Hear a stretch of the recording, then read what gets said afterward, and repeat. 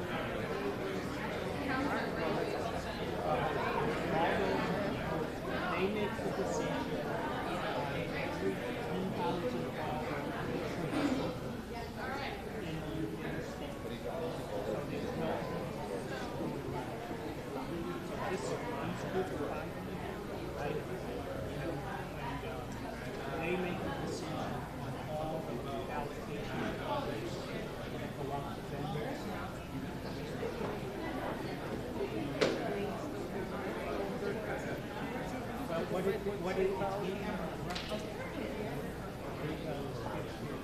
Nice to meet you. Thank you. Hi, Jay. How are you? Super. I learned. Good morning, everyone. I wanted to welcome you to the May 20th Governor and Executive Council meeting. Before we start, if you haven't already, please silence your electronic devices in consideration of the meeting, and also if we can have the attention in the back. Thank you. I can't whistle, but I'm going to ask everyone to try to help us in the meeting. If Councilor Wheeler could lead us in prayer, please.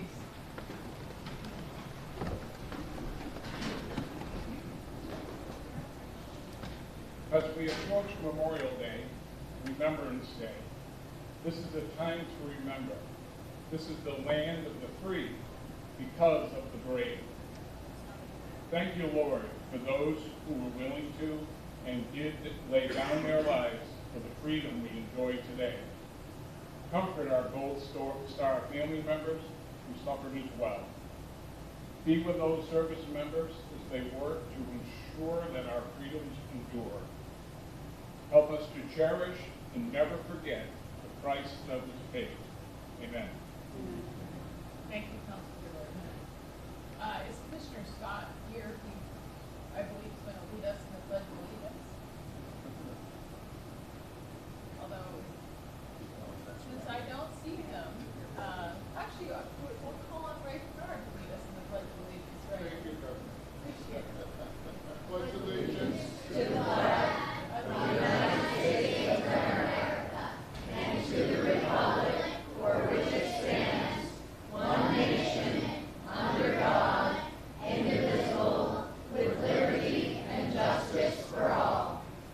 Thank you very much. And we have fabulous performances today. And our first performance is going to be from the North Star Charter School. And I believe they will be singing number 2, a very important patriotic song. So please introduce Adrian. Yeah, my name is Adrian Yule, and I'll be singing the national anthem, God Bless America. We are from Ossipee, New Hampshire, right outside of Wilkesboro. They are amazing, so enjoy this worship.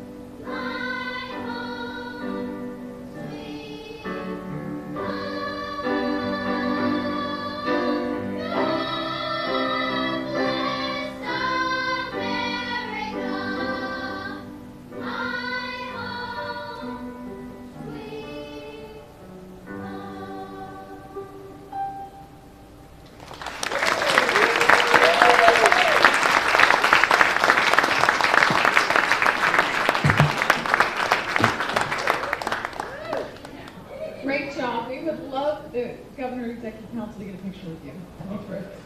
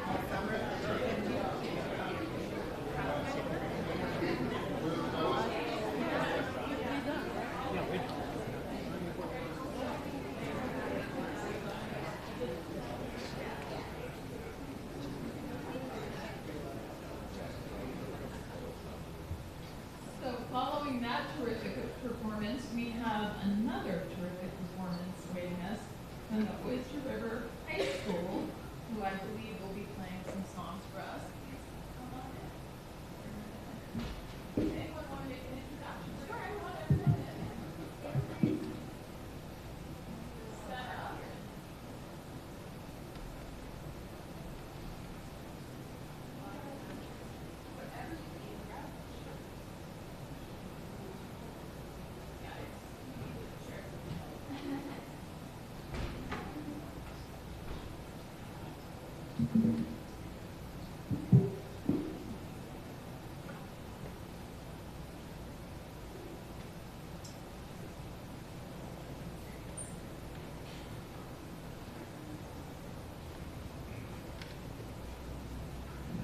Good morning, everybody. Thank you for having us this morning. This is the Oyster River High School Chamber Orchestra. We're going to play 2 short pieces for you this morning. Thank you so much.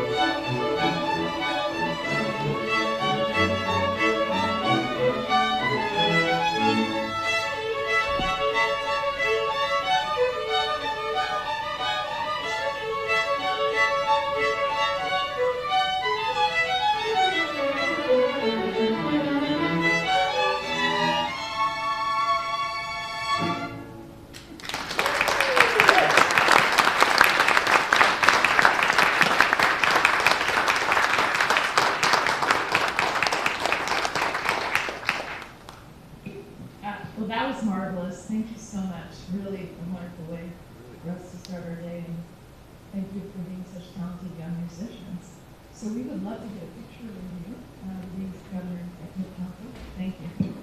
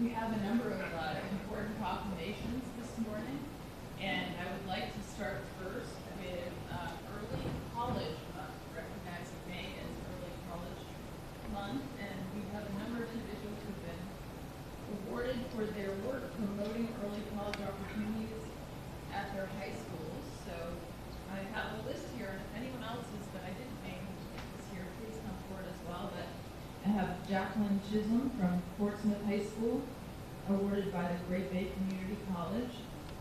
Cheryl Dorr Chapman from Franklin High School, awarded by Lakes Region Community College.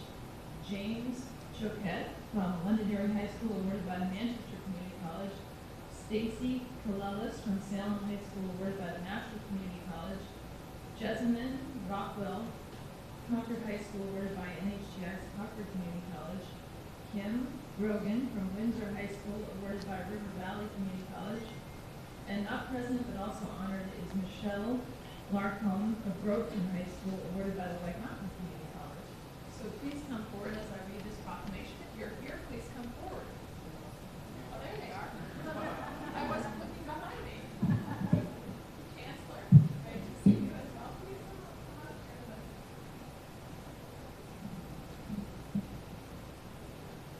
Congratulations and thank you for your phenomenal work.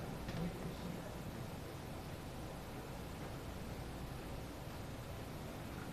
Whereas the community college system of New Hampshire is dedicated to the educational, professional, and personal success of the students within the communities they serve throughout the state, and whereas early college programs at the community colleges enable thousands of high school students each year to earn college credit, save on college costs, and gain confidence to thrive in post-secondary education and in careers.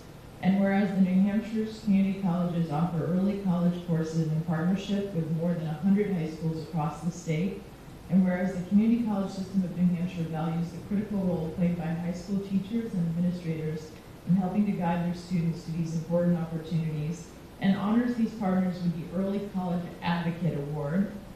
Now therefore, I, Kelly Ayotte, Governor of the State of New Hampshire, do hereby proclaim May of 2026 as Early College Month in the state of New Hampshire, and encourage all residents to recognize the vital contributions of the community college system of New Hampshire and its partners across the state in our high schools to build innovative education opportunities for Granite State students. Congratulations, and thank you, Chancellor. Should I guess I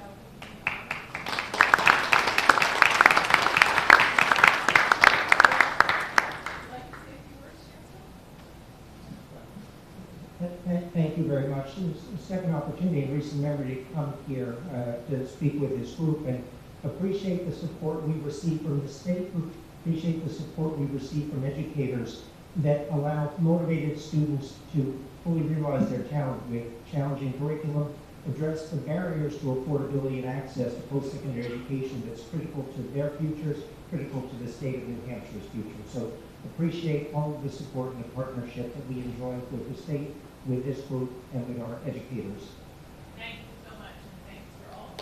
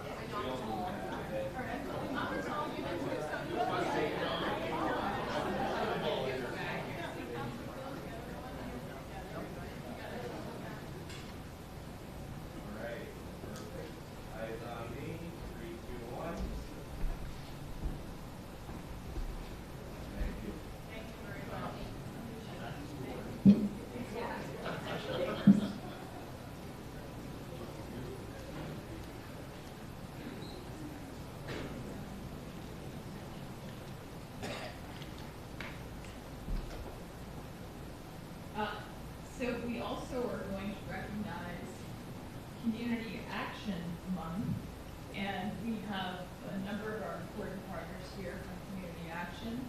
We have Ryan Cloutier from Community Action Partnership in Hillsborough, Rockingham County. We have Jean Agri from Belknap and Merrimack County Community Action. Beth Daniels, Southwest Community Services.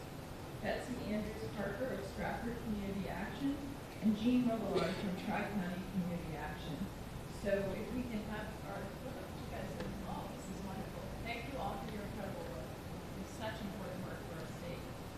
And if I can permit you to come forward for me as I read this, I would appreciate that. Come on forward. How are you all? Good, good, good. Thanks. Come on up. Great. Excellent. So May of 2026, Community Action Month, whereas Community Action Partnerships in New Hampshire work passionately to eliminate the root causes of poverty, empower individuals and families, and strengthen communities through employment, child development, education, nutrition, and housing. And whereas Community Action Partnerships established through the Economic Opportunity Act of 1964 have been a critical force in promoting self-sufficiency and economic mobility for vulnerable populations, ensuring that every Granite Stater has access to the resources needed for healthy, stable, and productive lives. And whereas Community Action Program Belknap Merrimack Counties Incorporated, Community Action Partnership Hillsborough and Rockingham Counties, Community Action Partnership of Stratford County, Southwestern Community Services, and Tri-County Community Action Partnership work cooperatively as the New Hampshire Community Action Association. And whereas all 5 community action partnerships across the state collectively serve our communities, utilizing more than $152 million of funding, employ over 1,100 staff, and operate hundreds of programs that improve communities by providing needed assistance to more than 102,000 individuals annually. And whereas the Community Action's mission, helping people help themselves and each other, exemplifies the values of resilience, generosity, and community that define the Granite State, ensuring that no individual or family is left behind. Now therefore, I, Kelly Ayotte, Governor of the State of New Hampshire, do hereby proclaim May 2026 as Community Action Month in the state of New Hampshire, and encourage all residents to recognize the vital work of our community action partnerships in expanding opportunity, strengthening families, and helping build healthier, more self-sufficient communities across the Granite State.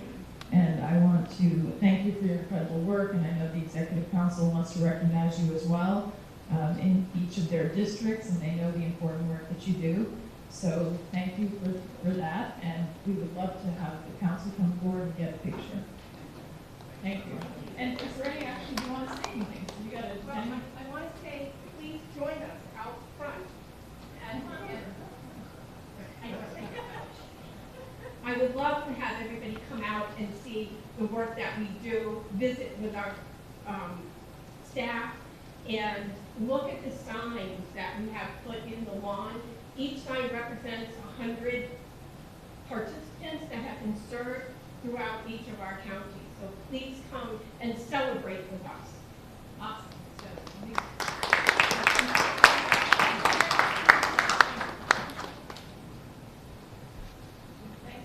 your incredible work.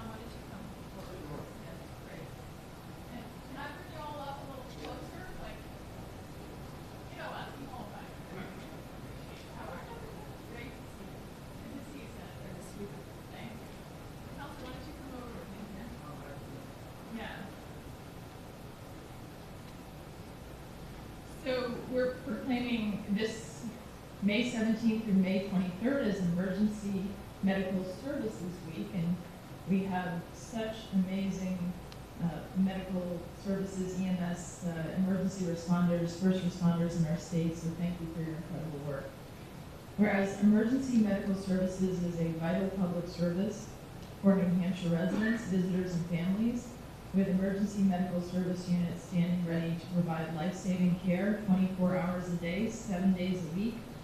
And whereas access to high-quality emergency medical care dramatically improves the survival and recovery of individuals experiencing sudden illness or injury, making emergency medical services an essential component of public health and safety throughout the Granite State. And whereas emergency medical services has evolved beyond emergency response alone to provide critical out-of-hospital care, including preventative medicine, follow-up care, and increased access to telemedicine and other healthcare services. And whereas the emergency medical services system is made up of highly trained and dedicated emergency medical responders, emergency medical technicians, advanced emergency medical technicians, paramedics, emergency medical dispatchers, firefighters, police officers, educators, administrators, nurses, physicians, trained members of the public, and other out-of-hospital medical providers who work together to protect and care for their communities. And whereas whether serving in a career or volunteer capacity, emergency medical services providers devote thousands of hours to specialized training and continuing education to strengthen their life-saving skills, and it is fitting to recognize their extraordinary service and contributions through the designation of Emergency Medical Services Providers Week. Now therefore, I, Kelly Ayotte, Governor of the State of New Hampshire, do hereby proclaim May 17th through May 23rd of 2026 as Emergency Medical Services Week in the state of New Hampshire, and encourage all residents to recognize and thank the dedicated EMS professionals and volunteers who work tirelessly to protect the health and safety of our communities. And Councilor Stephen, did you want to say anything?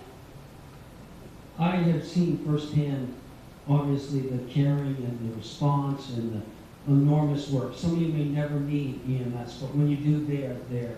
And they are the absolute epitome of public service in our community. And God love them. Thank you, and God bless you all. Why don't you present this? I hope. Director?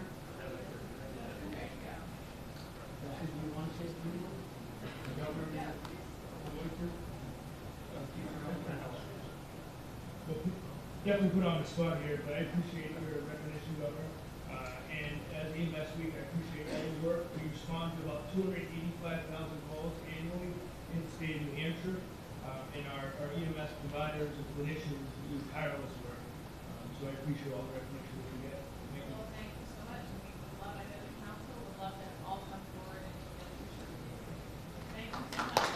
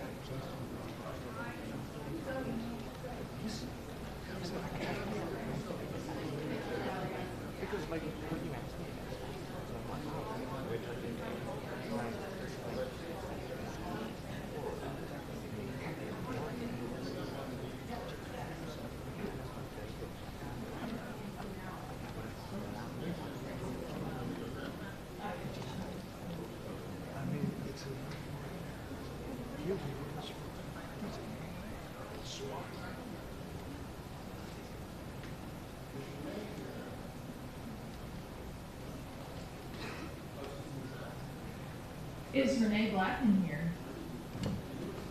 Yes, she is. Okay. may have seen probably a lot of stories about Renee and her incredible rowing trip. So we're so proud of you, and please come forward.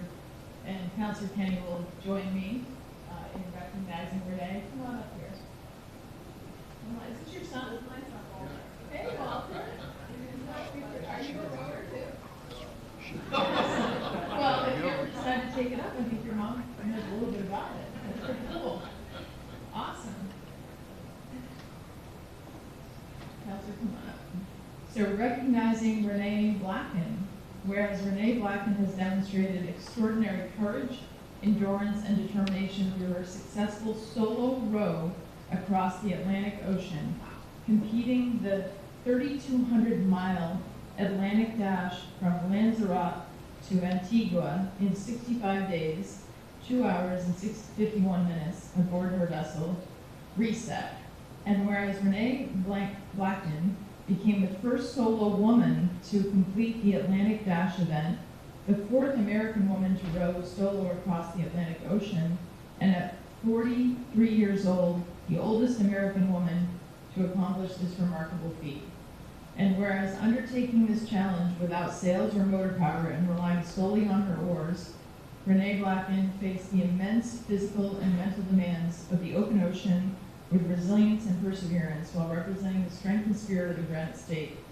And whereas Renee Blacken completed her journey in support of the Bethlehem-based nonprofit Outdoor Adventuring for Good, raising awareness and funding for trauma recovery programs in northern New Hampshire, and promoting the importance of mental health, healing, and community support.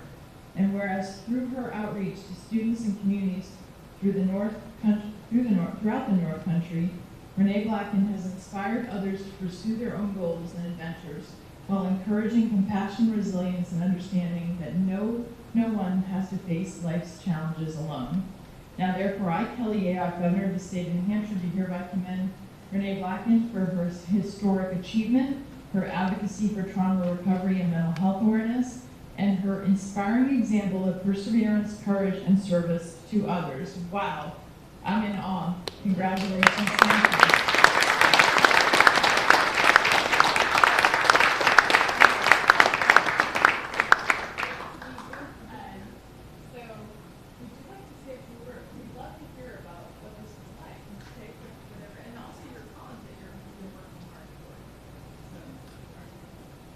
Thank you. Thank you for having me here today. This is really special. I landed on March 30th, so I'm still getting used to being back on land, but back to work with the nonprofit. The idea behind Outdoor Adventuring for Good, as the governor said, is to support trauma recovery in northern New Hampshire with the idea that every human being deserves access to resources, to learn skills and tools, to regain agency on their own healing journey, to reach their full potential to thrive, regardless of the worst things that have happened to them. Our lowest moments do not define who we are, who we're capable of becoming, or how we contribute to our communities. Every human being has an ocean to row, and every human being needs a crew.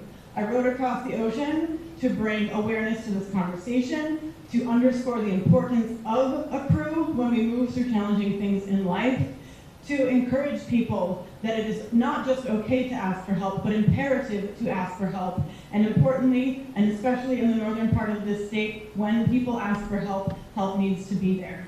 That is why Outdoor Adventuring for Good exists, to highlight the importance of this cause, to raise awareness and funding for programs to give people agency on their healing journeys. Thank you so much.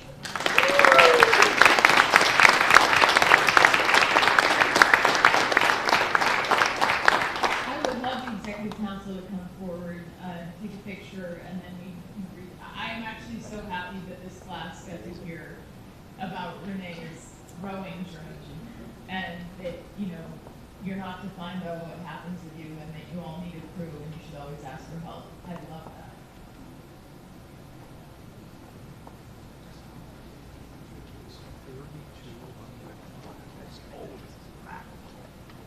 What stamina. Just the mental. About the fourth day you're out there, you're like,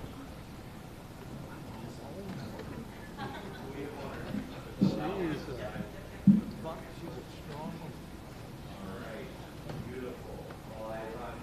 Yeah.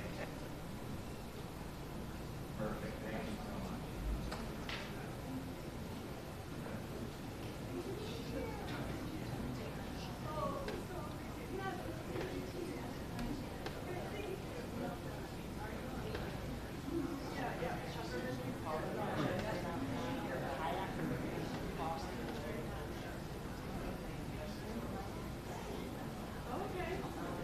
So who do we have with us? Students from Henry Moore and Candia.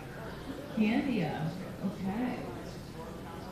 So we have Counselor Stevens, thank you for your patience, you're all being so terrific, I appreciate that.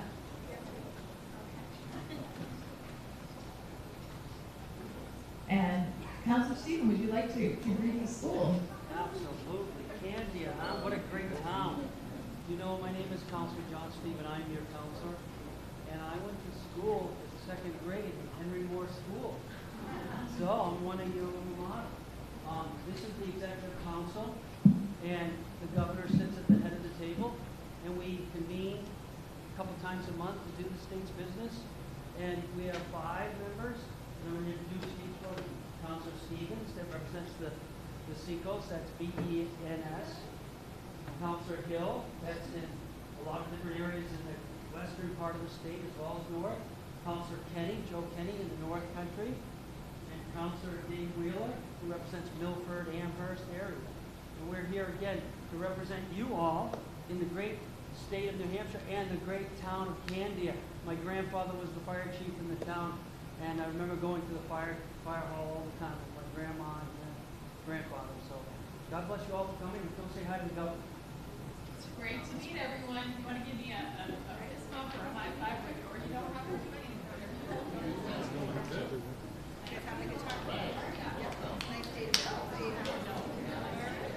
What's your favorite thing?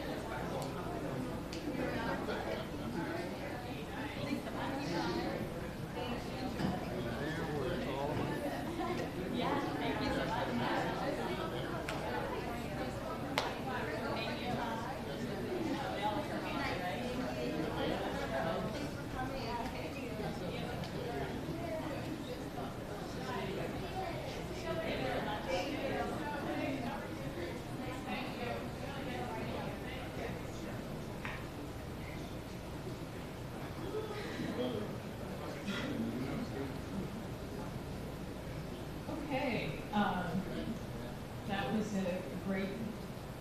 great morning on performances and commendations, and so I would call this meeting of the Governor and Executive Council to order, and I ask for a motion to approve the meeting minutes from the May 6, 2026 council meeting. So moved. All in favor signify by saying aye. Aye. Motion carries.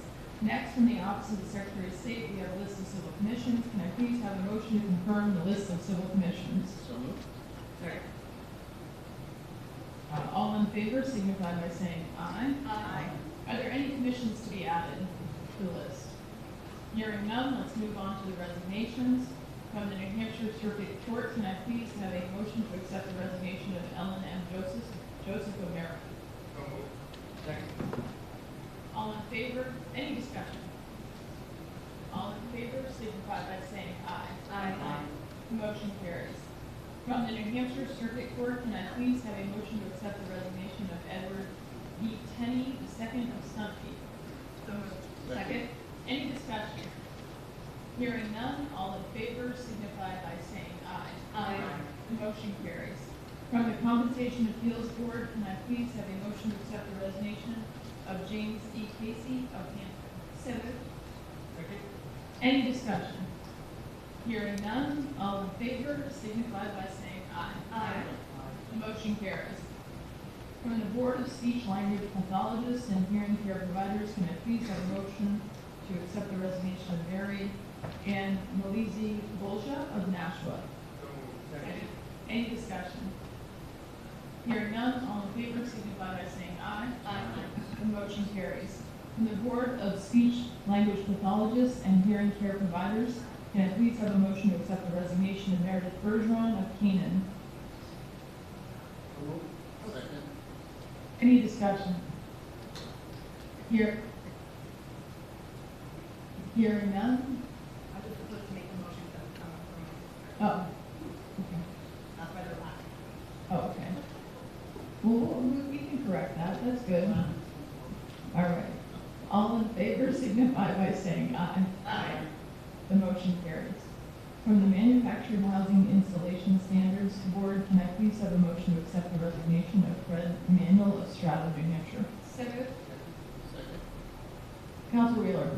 Governor, I just want to disclose that I hold a license by the Manufactured Housing Installation Standards Board and with these office. Okay, thank you.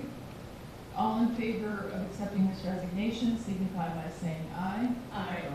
The resignation is accepted.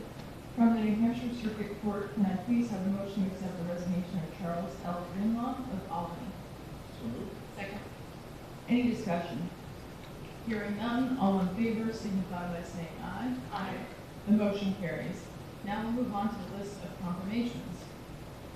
Can I please have a motion to confirm Stephen N. Royer of Waterville Valley to the New Hampshire Municipal Bond Bank? So moved. Any discussion? Hearing none, all in favor signify by saying aye. Aye. Motion carries. Can I please have a motion to confirm Deborah B. Butler of Concord to the New Hampshire Judicial Retirement Board of Trustees? So moved. Second. Any discussion? Hearing none, all in favor signify by saying aye. Aye. Motion carries. Can I please have a motion to confirm Nicole L. Isolet Bixler of Hampton as the Deputy Adjutant General at the Department of Military Affairs and Veteran Services? So moved. Second. Any discussion? Counselor Stevens? Thank you, Governor. Adjutant General Nicole Dessler-Bixler has demonstrated exceptional leadership and service throughout a distinguished military career spanning more than 4 decades, from operational deployments, supporting combat missions in Qatar, Turkey, and Guam, to strategic leadership roles in the Pentagon, U.S. Strategic Command, and U.S. Air Forces in Europe. She has consistently managed complex operations, developed national defense policy, and strengthened international partnerships.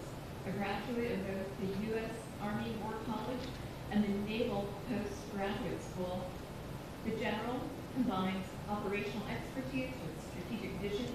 Her leadership experience ranges from directing large-scale deployments and overseeing flight operations to advising senior military commanders on National Guard policy across Europe and Africa. She has overseen significant overseas deployments, such as now, maintained a strong focus on force protection and installation security, and advocated for the staffing and resources necessary to sustain readiness. Throughout periods of federal budget uncertainty and workforce reductions, she has worked tirelessly to preserve the full-time and part-time personnel and capabilities essential to supporting the Guard's mission. It's an honor to nominate my constituent. Thank you. Counselor Learfield? Thank you. I don't have too much to add to what Counselor Stevens has so kindly stated. I'll just say that General Dessler-Bixler has demonstrated strong leadership and a deep commitment to service to both our state and our country, and I appreciate her continued willingness to serve. I believe that her experience and leadership make her well qualified for reappointment. Thank you. Any further discussion of this nomination? Hearing none, all in favor of the confirmation signify by saying aye. Aye. I have to mention as well is that she is a graduate of the United States Air Force Academy. So, as you know, near and dear to my heart, so very, very proud of her service. Can I please have a motion to confirm Amber F. Allen of Gillington to the New Hampshire Commission for Human Rights? So moved. Second. Any discussion? Hearing none, all in favor signify by saying aye. Aye. Motion carries. Can I please have a motion to confirm Amy Elizabeth Hewer of Somersworth to the New Hampshire Commission for Human Rights? So moved. Second. Any discussion? Hearing none, all in favor signify by saying aye. Aye. Motion carries. Can I please have a motion to confirm Sean Hamilton of Warner as the Director of the Division of Parks and Recreation at the Department of Natural and Cultural Resources? So moved. Second. Any discussion? Councilor Viola. Thank you. Mr. Hamilton brings a combination of deep institutional knowledge and private sector experience that I think will serve New Hampshire well. He spent much of his career within our own state park system and understands both the operational side of the division and the importance of our parks to tourism, recreation, conservation, and local economies across the state. I was also impressed by his clear commitment to public service and his desire to return to state government in this role.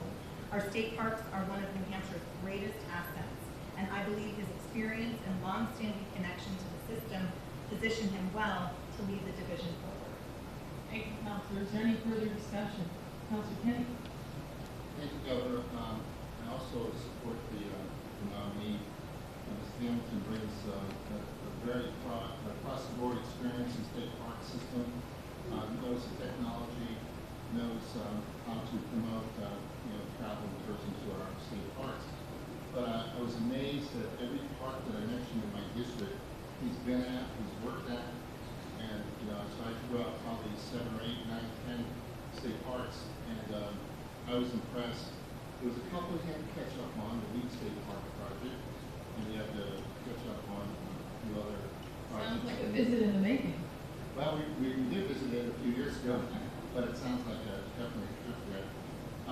But from Errol, Gunner, Pittsburgh, Colebrook, the Lakes region, Cannon Mountain, and with his background in the operation experience of the state, he's going to be a tremendous asset, and he's going to hit the ground running. And obviously, we're moving into summer months where state parks gets most of its visitation, so it's going to be very refreshing to work with him on outstanding lease agreements, whether it's the auto road, whether it's the COG, or dealing with the Mount Washington State Park System. He's really he's going to be a great asset, and I think that would be a good choice. Thank you. Thank you, Councilor. Any further discussion of this nominee? Hearing none, all in favor signify by saying aye. Aye. The motion passes. Can I please have a motion to confirm V. Rich Gullah of Hillsborough to the Volunteer New Hampshire Board of Directors? Second. Any discussion? Councilor Hill? Just want to say, Rich Gullah, president of the State Employees Association, does very good work, and I think will bring an incredible perspective of working people to this board, and I think we're very fortunate that he's willing to serve the state additionally in this way. Thank you. Any further discussion? All in favor of the confirmation signify by saying aye. Aye. Motion carries. And can I please have a motion to confirm Joan Kenny of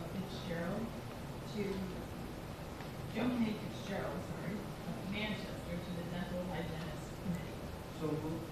Second. Any discussion? Hearing none, all in favor signify by saying aye. Aye.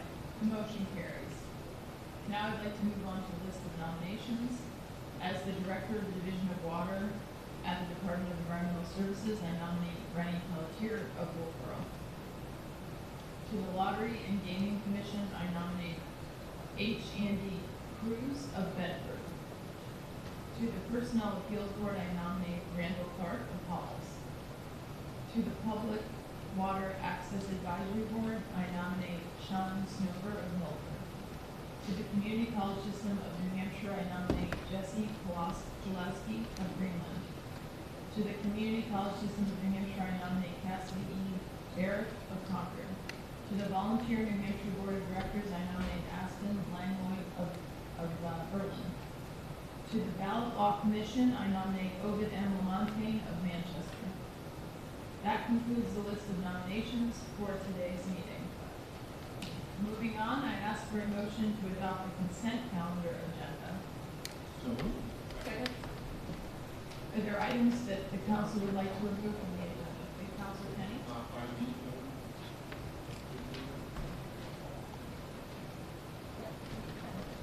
Actually, 5E, thank you. C is in boy. Oh, B is a boy, sorry, I thought you were E. Okay. All right, any other items, Councilor Kenny? Okay. Councilor Leo Hill. 3A, please.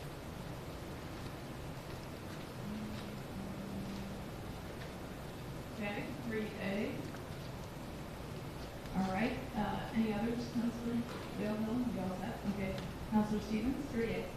3A, okay. 3A, you said, I'm sorry. Okay. Any others? Does any other counselors have any items they'd like to remove? Counselor Stevens? 5A.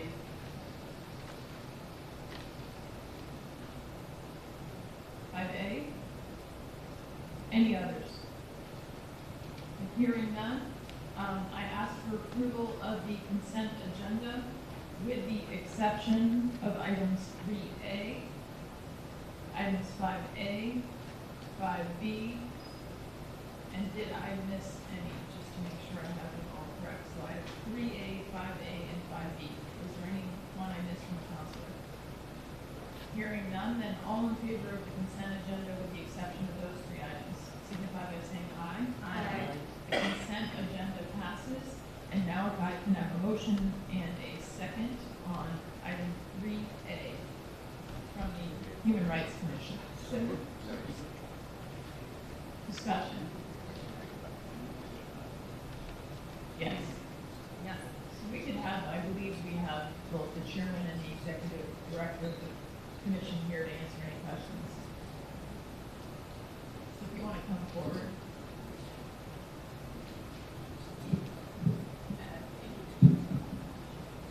Good morning, Governor and Council. My name is Ray Pinard. I'm chairman of the Human Rights Commission. And with me is Katrina Taylor, our executive director. Good morning. Thank you so much for being here. Thank you for providing the report to us. Mr. Bernard, you are relatively recent. I think we appointed you last year to the Human Rights Commission, and I recall at that time one of the things that we talked about was some rather distressing, a distressing audit report, series of audit reports, finding that some deficiencies with the Human Rights Commission. Can you give us an update, particularly about the length of time that it is now taking for cases to work their way through? Because there were some clients, some people who were really waiting a very long time for justice, and who were very frustrated and really not receiving the response that they deserved. Can you give us an update, please? Yes. Well, obviously, that was an area of great concern for me when I first joined the organization, and it was one of my key focus areas.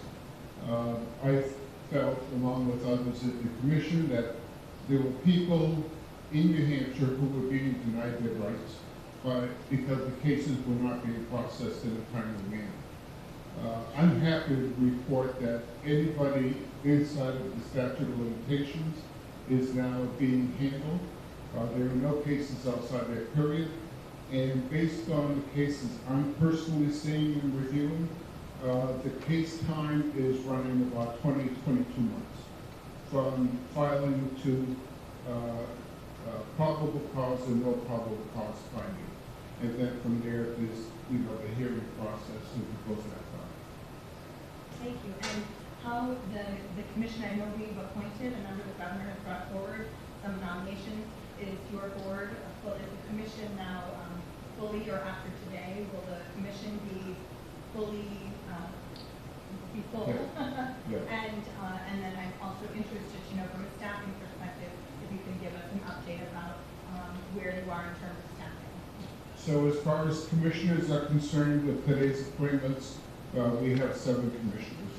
And I think that's the first time in as long as I look back at the minutes that we have had a full complement of commissioners, which helps to spread the load among the commissioners, because as you all know, the commissioners are very involved in the cases, the commissioners hold the hearings, so there's a lot that goes on, there's a lot of research and reading that's involved. I'll let Katrina speak as to the personnel staff. So I am very pleased to announce that we are actually at full complement of funded positions currently. We did have back of the budget cuts in the last session that has left me without 2 full-time funded investigators. So hopefully maybe next budget season if we could get those funds back. But as of now, we do have a full complement of investigators. And so you will definitely see more case progress as they get up to speed. And do you anticipate that 20 to 22 month period that it's taking to go from a filing to a determination of cause or no cause or probable cause we be able to shorten that further? That is absolutely our goal. Our statute requires us to close cases within the 24 months. So my goal would be 6 months, but the number of cases coming in is just not commensurate with the staff that we have. But we have seen significant progress even in just the past couple months. Would the 2 investigators that were cut in back of the budget fund help you to reduce the? 100%. Yes. Thank you. Thank you. Councilor Stevens. Thank you, Governor.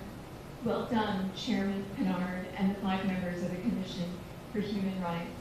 Despite in your report you reference a 66% reduction in staff, with system efficiencies adopted by the Commission and the leadership of Chairman Pinard, fellow commissioners and staff, there was a 5.5% increase in cases closed over the prior year. That's huge. Well done. Closures are now roughly 300 days. Under the prior report that was issued in 2023, the Commission then was taking on average 840 days. So I tip my hat. You guys are doing great work. Thank you. Thank you very much on behalf of everybody at the Commission. And we also want to thank the Governor, Chris Connolly, Morgan Hughes has been very helpful to us. And thank you all for supporting our nominees and helping us get back on our feet.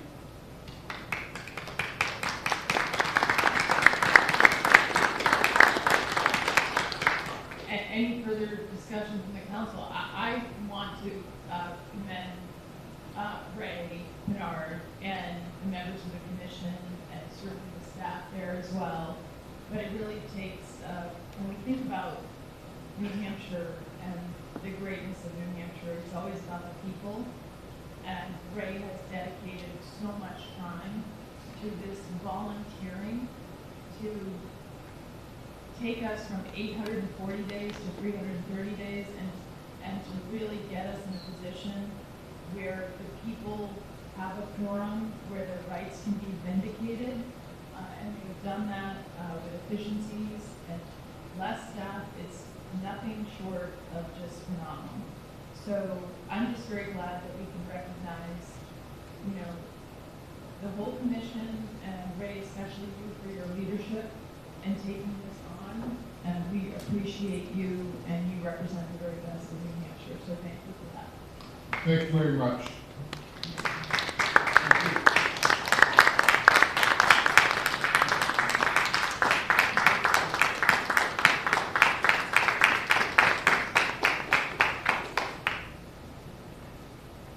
All in favor of item 3A, signify by saying aye. Aye. Motion carries.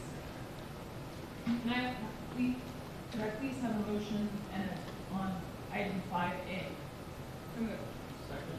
Any discussion of this item?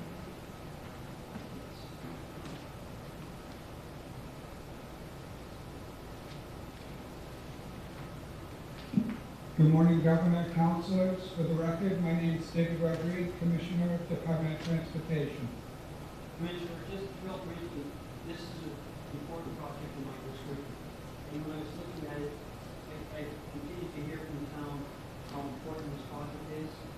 But I did see where, you know, it was a hiccup or a delay, it seems, in this, where there's 70% funding paid for, and we still have about 30% left, and now we're asking for more time. Can you just tell me the reason we're asking for more time? Why didn't this project get completed on time? And is it going to be on time this time? So we expect to complete this phase of the project by this time frame. And what is the reason for delay? We continue to try to deliver a significant number of projects with less personnel resources, and we need to ideally do that. We continue to work on recruitment and retention, but there's no doubt at the end of the day that that impacts our schedule. So, final question, the delay in this case is in no way the design contractor at all? It is not. What I can tell you is the design consultants that we work with do suffer some of the same personnel stresses that we suffer as well. So But in this particular case, it's us keeping up with them and with the movement of the project. Okay, I appreciate that. Thank you. Any further discussion? Hearing none, all in favor of item 5A, signify by saying aye. Aye. The item carries. Can I please have a motion and a second on item 5B? So moved. Second. Any discussion?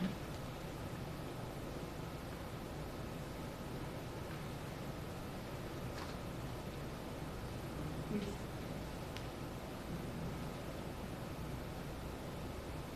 Please introduce yourself. Hi, Governor and Council. For the record, my name is Tom Broderick. I'm Deputy Director of GOFER, or Governor's Office for Emergency Relief and Recovery. Councilor How Penny? you feeling? I'm feeling pretty good. Okay. How you know if this is your first time? I came in once before in December. Okay, so we'll treat you nicely. Okay. So this is a wonderful program that was established in 2022, the County Nursing Home Structure Program. And so I just have a couple questions and any questions specific to this contract. How many counties are still in that program? I know one of them which we were in Stratford County.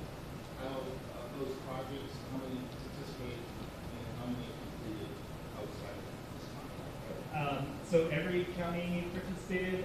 We did have one award that needed to be pulled back, so Stratford County. Every other county participated. How many are still active? This one, the Sullivan County, Hillsborough County. I will have to go back and look at how many still have funds to expend. We have closed out a couple of them. Some of them have finished out all those expenditures, but we have not yet funded them. So we're meeting, the next question is, ARPA money at a certain time or after the program and finish, what is the finish date for ARPA? Yeah, so all ARPA funds have to be fully expended by end of this year, so 12/31/26.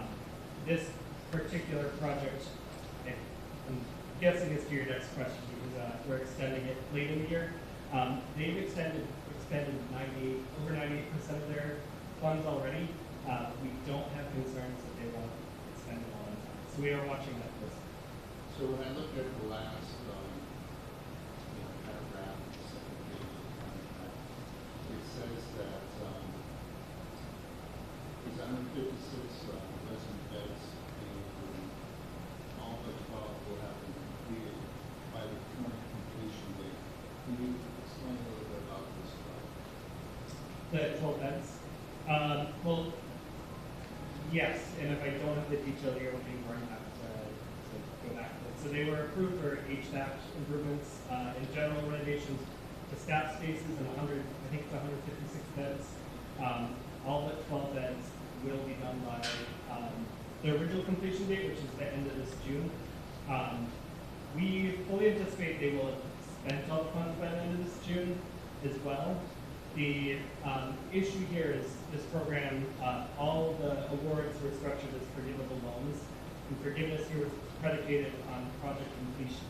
And so with those 12 beds possibly not done by June 30th, they asked for an extension to make sure they can complete the project and thus get loan forgiveness and not have to owe the state back the funds. Okay, I appreciate that. When I did represent that part of the district, this was a big issue, having an upgraded nursing home in Sullivan County in Unity, and there was a lot of support ultimately for this. We feel as though this will complete, the initial mission back in 2022. Yes, yeah, the county, I don't remember if they actually expanded on their original mission in 2022. I know they are spending more funds than they anticipated themselves. So this program is a 40-60 match, and they're spending over the 60% mark. So they are finishing everything that was approved in 2022. I appreciate that. Thank you. Any further questions? Hearing none, all in favor of item 5B signify by saying Moving on to the regular agenda. I ask for a motion to adopt item number 6 from the Bureau of Financial Affairs. So moved. Second. Business Finance Authority, I apologize. The Director of the Business Finance Authority will now present the item and respond to any questions from the council. James P. Wallace, please come forward. Thank you, Governor. Good morning, councilors. For the record, James P. Wallace, Executive Director of the state's Business Finance Authority. The item in front of you is what we call a conduit bond, which I know all the councilors are familiar with, but for the public record, a conduit bond is a private loan from a private lender to a private organization not backed by the state or using state funds. The BFA's job in conduit bonds is to confirm that they qualify for the lower rate provided to the borrower from their lender. In this case, the borrower is a nonprofit organization purchasing an assisted living facility in Nashua that's being sold. Nonprofit organizations, by law, almost always qualify for this lower rate from their lender. There are no state funds or resources involved, but we put up this item for your questions and approval. Other questions from the council? Any questions? Councilor Stevens. Good morning, Mr. Keith Wallace, and thank you for speaking with me on a Sunday afternoon. I appreciate it. And just to follow up, we did confirm, clarify that there are 56 beds, 52 residents at this time. Jobs will be sustained. There are currently 30 employed. No risk to jobs. And the third-party contractor is Epoch, which is? Epic, yeah. Yeah, and they'll continue running the facility. And what was a concern to me, and as I relayed through my conversation, was there was lack of information specific to facility assets other than the discussion on the location of the 8.1 acre property. With private equity coming into states such as ours, and especially my district, they're looking at long-term care facilities potentially for real estate, though they cannot do this in this situation. But again, I was concerned, again, with the narrative on the property and very little on the assets, but fully support this. Thank you, Councilor. Any additional questions from the council? Hearing no other, Councilor Miller. I'm about to move to that. I wanted to let the council ask questions first. Appreciate that. And hearing no further questions from the council, I'll open this for a public hearing. And is there anyone from the public who wishes to speak on this item?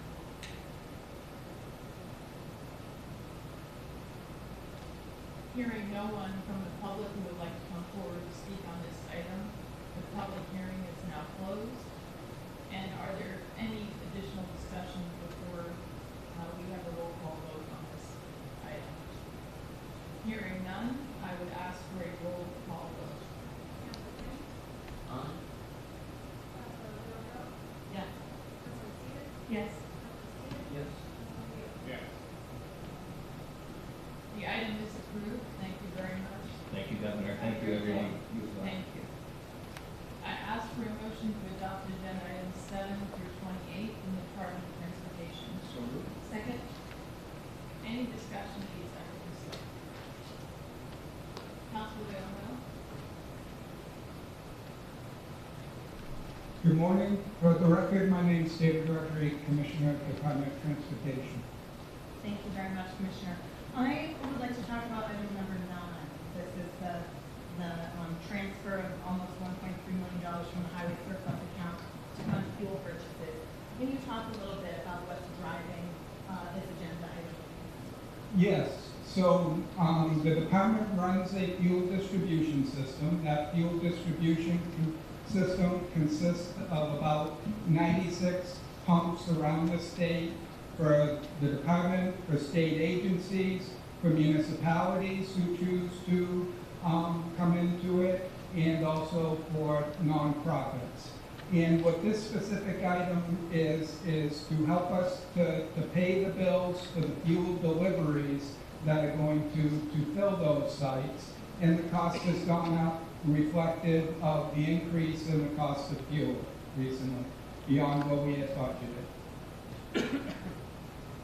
This item, I think, is an important reminder that the increase in cost of fuel doesn't just affect us at home or when we fill up our cars at the tank. It also, at the pump, it also affects state government and ultimately ripples out to taxpayers, municipal budgets as well.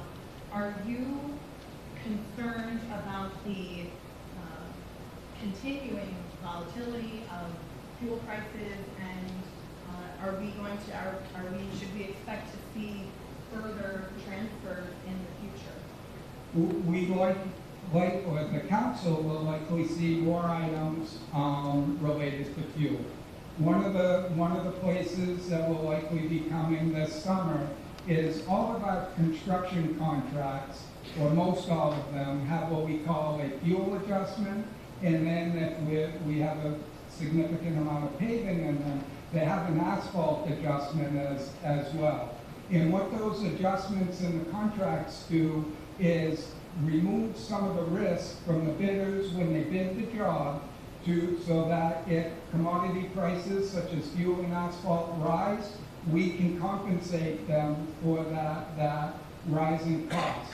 There are a number of contracts that have been in place for a number of years, and we are starting to hear some concern from our construction folks. We're tracking that very closely, and if we have to come back to the council to increase the cost of some of those projects to make up for fuel and asphalt, we will do that.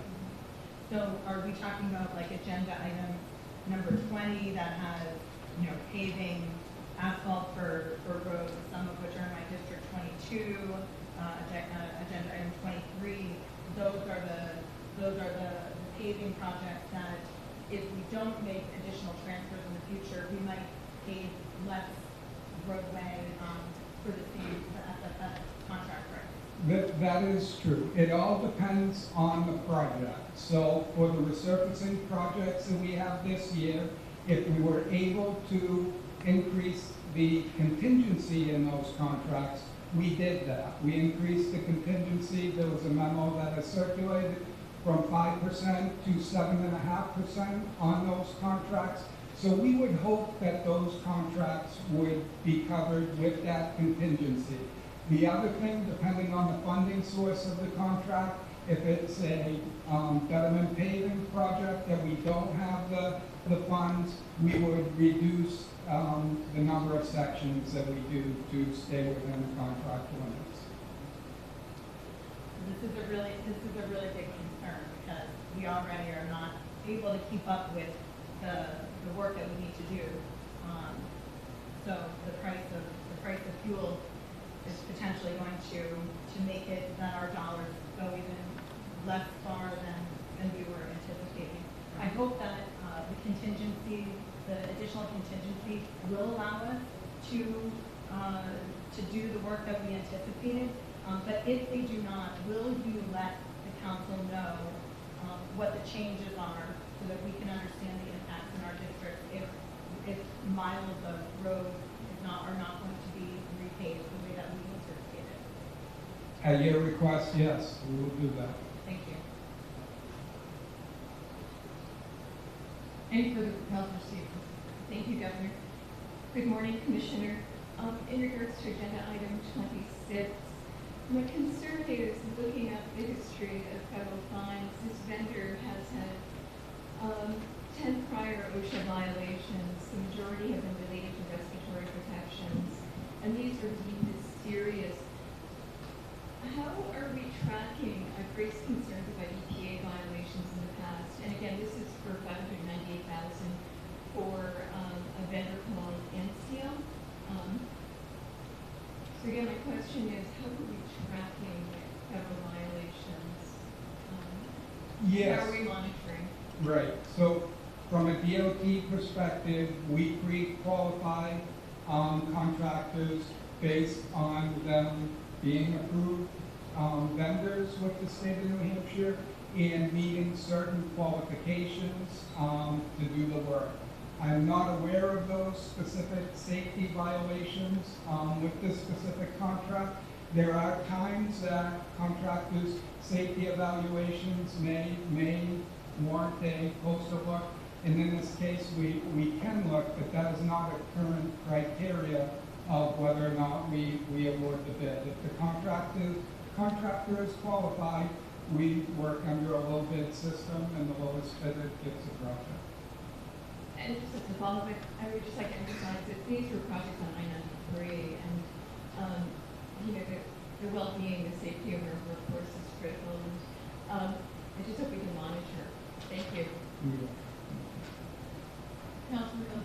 All right, just another quick one. On agenda item number 27, which is the Violet Pool in Elstead. I'm very excited about this because I know that people in Elstead have been eagerly, they're down to a one-lane road there, and this will make a big difference for the quality of people's lives right there in that little town. Is this one that you anticipate, could this be affected by fuel prices, or do you feel pretty confident that this project will be able to get done as anticipated? This is one we will watch very closely. If it is impacted by fuel prices, this is not the type of project that we can typically reduce the scope. This is very much a good news project. That section of road in Allstead has washed out several times. We've come back and fixed it. It's complicated by the dam and the pond at the top of the hill. And this is a time it's washed out for the third time that I'm aware of. And we really took our time with the alternating one-way traffic to get the design right. We worked very closely with the town in their design of the dam and so forth. So we're very excited to see this project come out. And I do not anticipate the scope being reduced. Thank you very much. Any further? Councilor Stevens. Thank you, Governor. Regarding 18, Commissioner, and that's our Brookside project. And just a few questions, and this is a really important, obviously, project for my district. We talked about it, met with you, Commissioner Castle. I appreciate your willingness to meet with the business owners along Route 3. And I just want to get an idea here that as far as preliminary design is completed, and this is now moving to final design. While we move into final design, in my mind, meeting with a lot of the business owners in the community and hearing from them, there are still some concerns here. And some may be small amount of concerns that can be met, and some may not be able to be met. But I want to make sure that we continue to listen and do all we can. For example, I heard about commercial traffic not being able to make turns into Osborne, which is a serious issue for them. And when the commercial traffic leaves Osborne, if they're heading further north, do they have to then go south and then turn back around? It becomes inconvenient. There's also Pro Technologies, as you know, and thank you so much for meeting with them and the owner. They've done so much to create a great business for Manhattan in security. And they're starting to see that their business may be taken away or moving on, and you've been gracious enough to meet, and we're meeting again to talk about it. There's also an issue involving environmental concerns where there possibly is a dump site that needs to be looked at. So there are issues that I believe are very much still on the table, and now we're moving into final design. So what is your plan to continue to receive feedback from the community and to try, and I believe your engineer, who I met with, has met with the town council that was there, and has outlined for them preliminary design, and I want to make sure that this isn't the final picture. And I want the community of Hook City, at least anyone listening that knows that you're still going to be able to work, at least listen to their concerns. And that's my only issue. I want to make absolutely sure that if my colleagues are willing, that we don't hold this project back. It's an important project for the future of Manhattan, especially when you start with 10 areas in Concord and going up north for traffic in the future, 20, 30 years. So thank you, and you know, I hope you know that we are committed to meeting with you and continuing to listen to all those concerns. Whenever we build a project like this, we do impact abutters, and that's an issue that we do not take lightly. That's why we have the authority of eminent domain and projects to work through for the greater public good of a project. We also want to work very closely with the community and with all of the abutters, and there are a lot of trade-offs to be made. So when we build safety improvement projects, restricting left turns is critical to improve safety. Those left turn collisions tend to be the much higher injury rate collisions and so forth. So there are often trade-offs that we need to make. We want to make sure that we satisfy the community. We want to make sure that we give the constituents an opportunity to express their concern and work together to solve them as much as we can. But I'll tell you, as commissioner, I'm learning very quick, I cannot make everybody happy. I'm trying, but I can't always do it. So we'll keep talking, Councilor, and you have our attention, and your concerns are very real. We'll keep talking. And I appreciate that, and obviously I have firsthand knowledge of that, being a former commissioner, and you're doing a great job, but I want to make sure, before we get to the final design, as this conference is for final design, that we just make sure that there's a voice that's being heard here as far as if there's anything that we done. For example, the Protect, we talked about. Yes. The National Guard facility across the street. You may be able to find a way to move the land, move the roadway 20 or so feet into the National Guard property and not affect Protect. So I didn't see that in the preliminary design. So I just want to be assured we're still open to those discussions. That's all. We are still open to those discussions, but we will have to make decisions and move forward if we're going to deliver this project on any sort of a schedule. Thank you, Commissioner. Thank you. Councilor King. Thank you.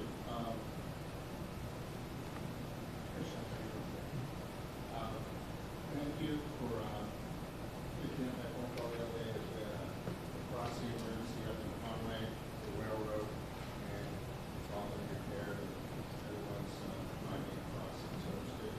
Couple of things. One is the Trump administration, are they giving amnesty on federal gas tax? Are you aware of that? I am aware that there is discussion at several different places at the federal level, but I'm not aware of any decisions that have been made.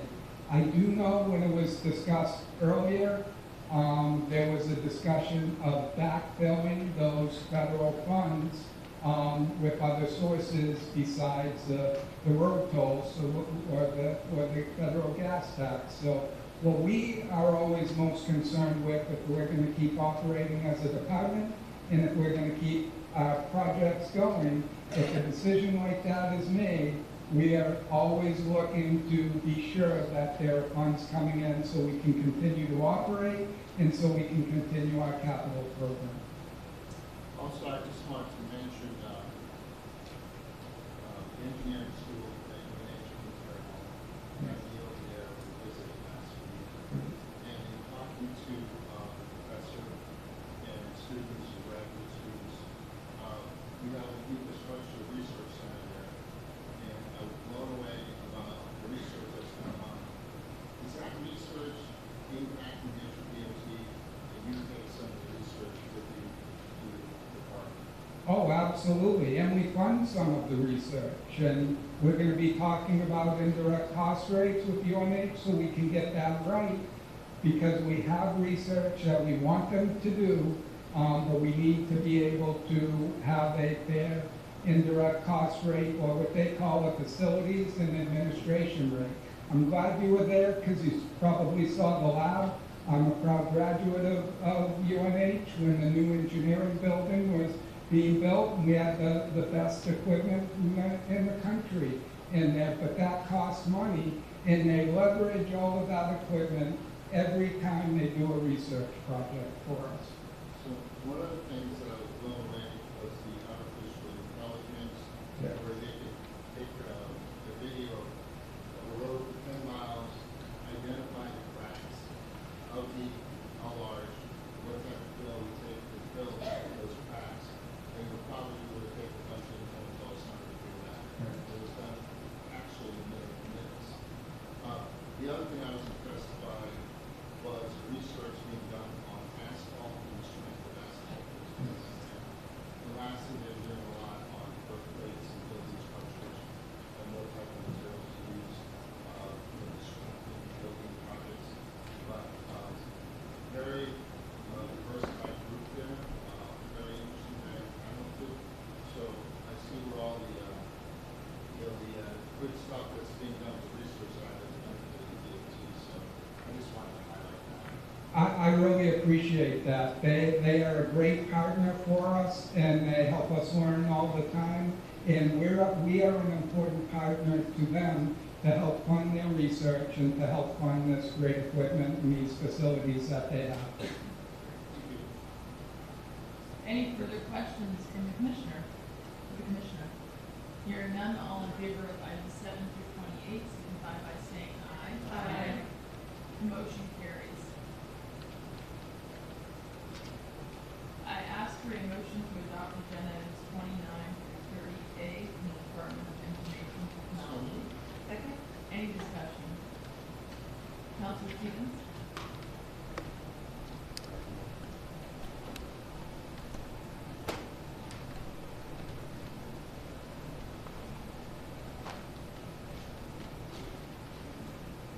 Governor, councilors, Dennis Goulet, the Commissioner for the Department of Information Technology. Good morning, Commissioner. In regards to agenda item 30, this is a $31,000 retro sole source maintenance renewal for Genius Pay. However, they're not in good standing with the Secretary of State's office. Their business status is noted as rejected. So I think this needs further investigation. Okay, we'll look into that. That's a pretty critical part of how Wicker's operating their environment, and that really good servicing us quite well, so we have no complaints with them, but we'll absolutely look into that and follow up with you. And just as a follow-up, no, I don't dispute the need for the contract, but this raises concerns when I see. Understood. Thank you very much. Any further questions or discussion?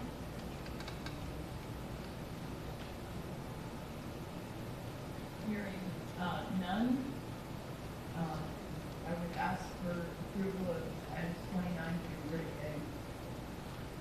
Aye. Aye. Aye. No on 30? No one really here.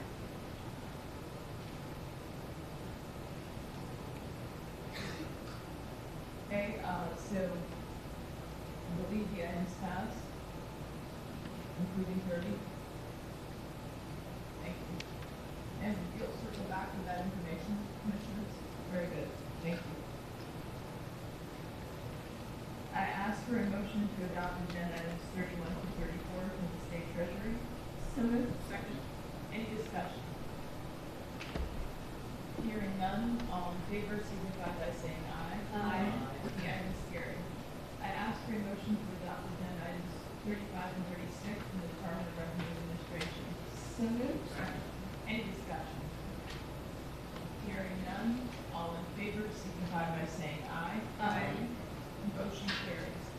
I ask for a motion to adopt agenda items 37 through 42A from the Department of Military Affairs and Veteran Services. So moved. Second. Any discussion? Hearing none, all in favor signify by saying aye. Aye. The item is carried. I ask for a motion to adopt agenda item 43 through 49 from the Department of Agriculture, Markets and Food. So moved. Any discussion of these items? Councilor Leon?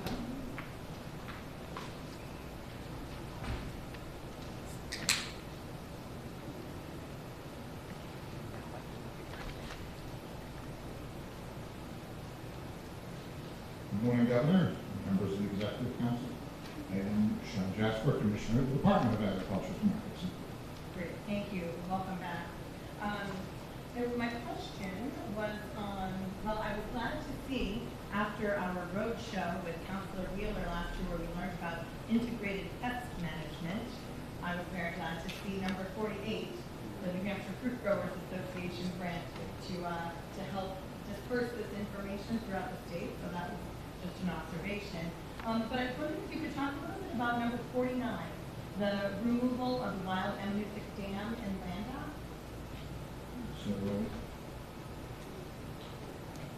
So first of all, I'll explain the department's relationship with the State Conservation Commission. Yes. So I'm a member of the commission, and the State Conservation Commission is administratively attached to us. So these are grants through the Moose Lake program. And so I don't have a lot of specific knowledge. All these grants come through the committee. I'm a voting member, and then administratively they come to us. So this is really a grant to help. I've gone through the packet this morning. It's to help remove the dam, and so that it will be open to the native fish and more easily accessed. But beyond that, we don't have a lot of information. And to your knowledge, is this something that is universally desired by this community?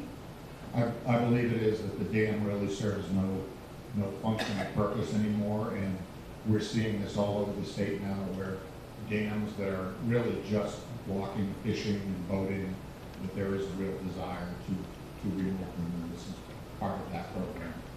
And they are very costly to maintain, so certainly it can be a good financial decision to remove a dam when possible, but they also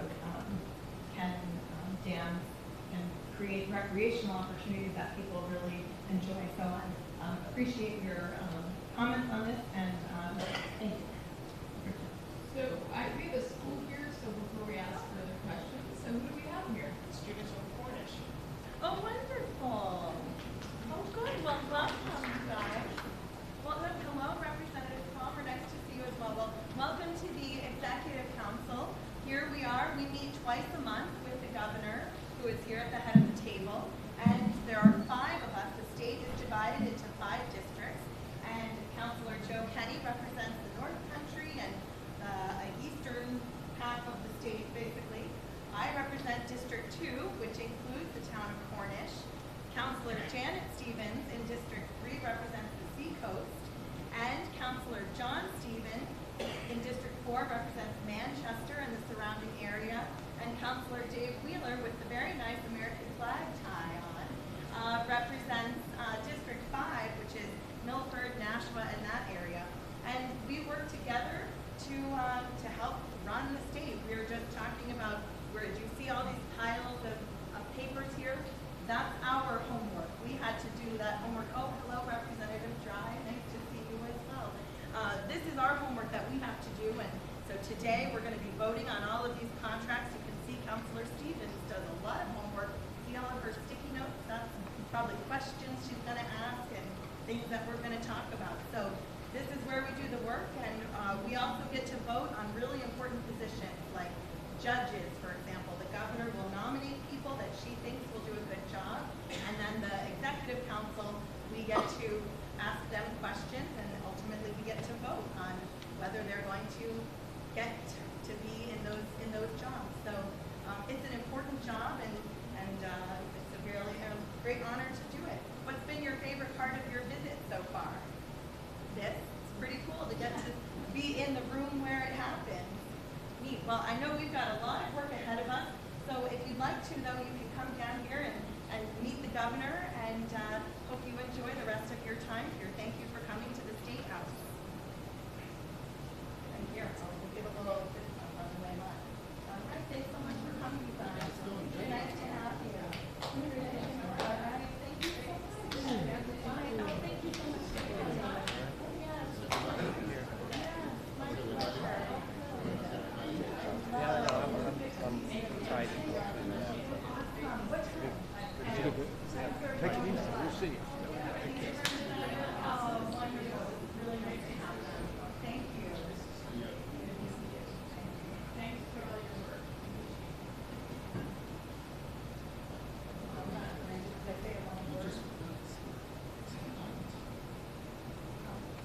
And I think that we had another question for the commissioner. I thought Councilor Stevens had a question. Very good.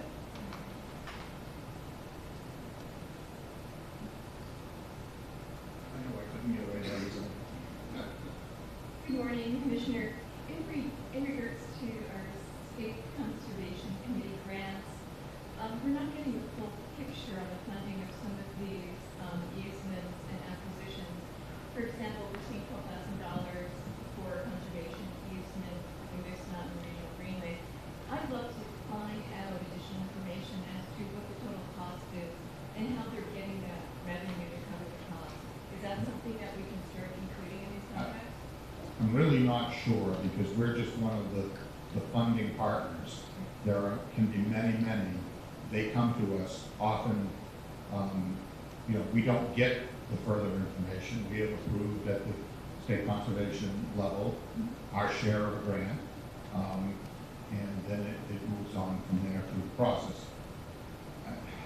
It's not part of the contract. It's not really part of my responsibility, so for me to commit and say that all these grants that the Conservation Commission is going to do, that my staff is going to start having to pull all that information together, I'm really hesitant to commit to that because frankly, that's not what the process is. I think you could reach out to the organizations that are actually going to hold the easements and get that information from them if you want, but I'm just very uncomfortable in committing to have the Department of Agriculture do that work for me. Follow-up, I think at a minimum, the State Conservation Committee should be able to get a value of what we're contributing to.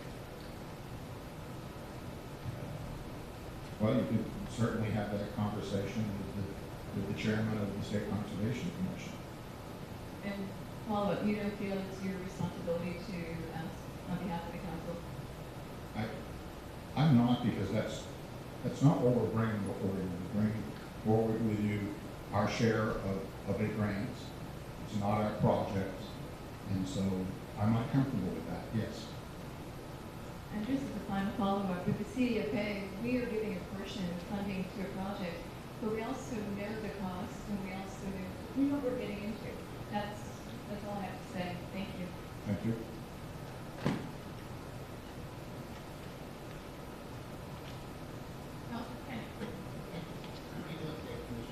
Well, I was doing pretty well. You get ready for notices? Yes. So, the biggie. Yes. New Hampshire Day, coming up this year, September? September, correct. Not So, remembering the this date. being the 250th anniversary of our country, is there any big ceremony things going on in the Big E? Not at the Big E, but what we are involved in right now is through our national organization, NASDA, National Association of States Departments of Agriculture, through the USDA. They actually just put a request out to us last week to see how many farms we have that have been active for the last 250 years in the same family. And so working through the program that we had from 1976, at this point, we have sent a list of 13 farms. Some of them very small, but the definition of a farm by USDA is producing $1,000 worth of products, whether you consume that yourself or sell it.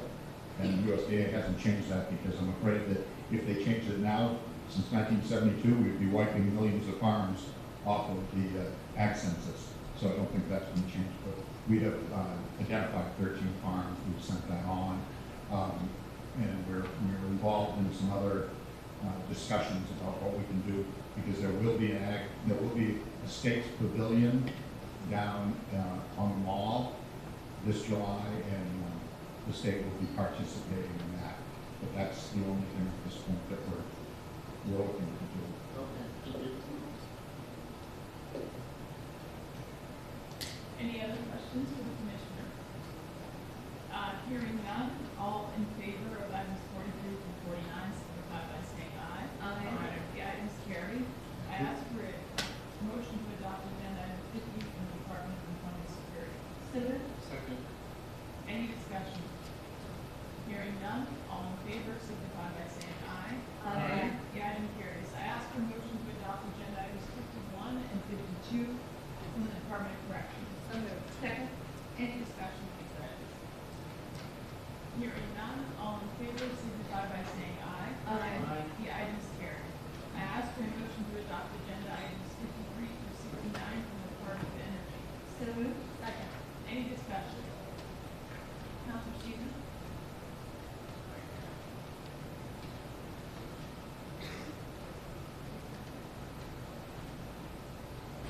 Morning, Governor, Councilors, George Coyne, Department of Energy. Hi, Commissioner. I have a question about 56, 58, 59. And it's all going to revolve around the same theme here. And I look at this, especially like 56, and I look at the fully loaded rates, and I look at consultant services, you know, $447, $7 an hour.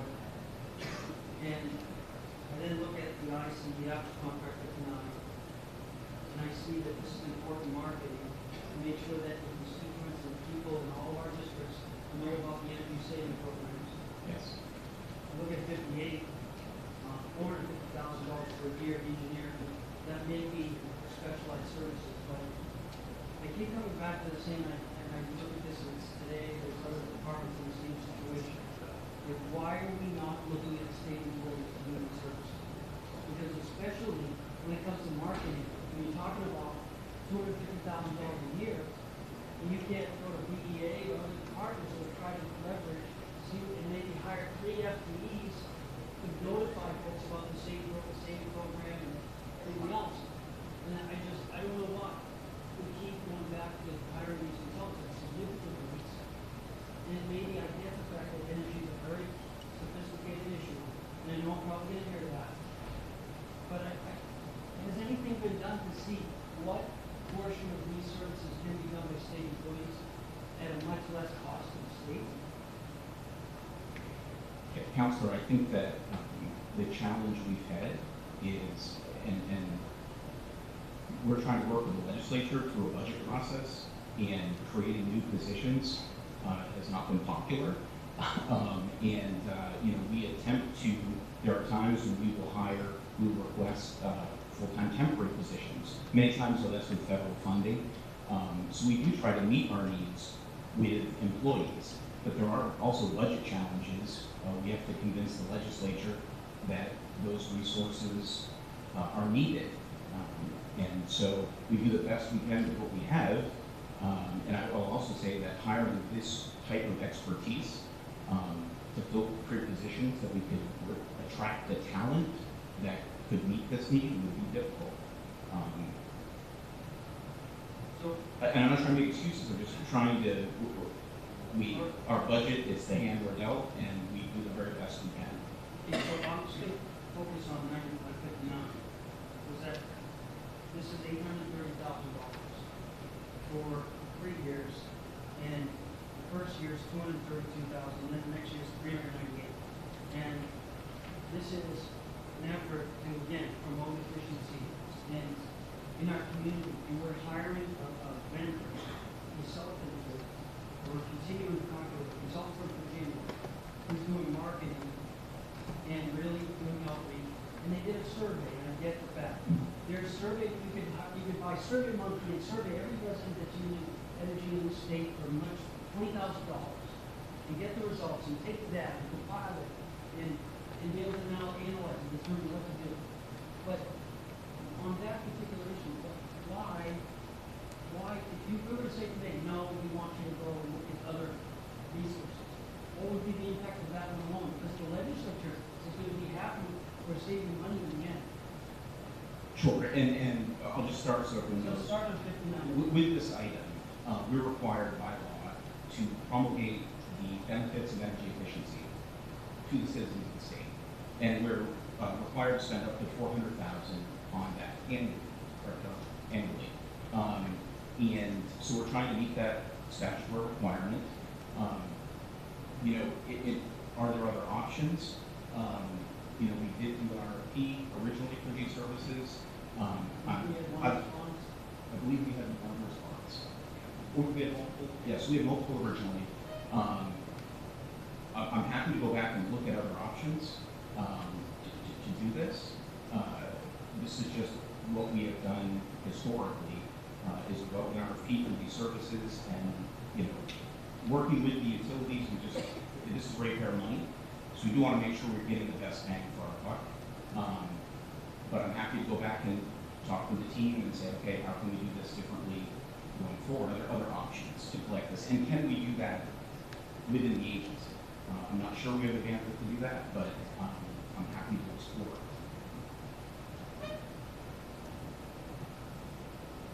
So I guess I would have hoped that would have been done anyways, as part of your normal course of business. And in the future, I would ask that. I think it's important because this $800 and some odd thousand for 3 years, I think we could do a lot with our own state employees to meet those requirements instead of hiring this company for junior.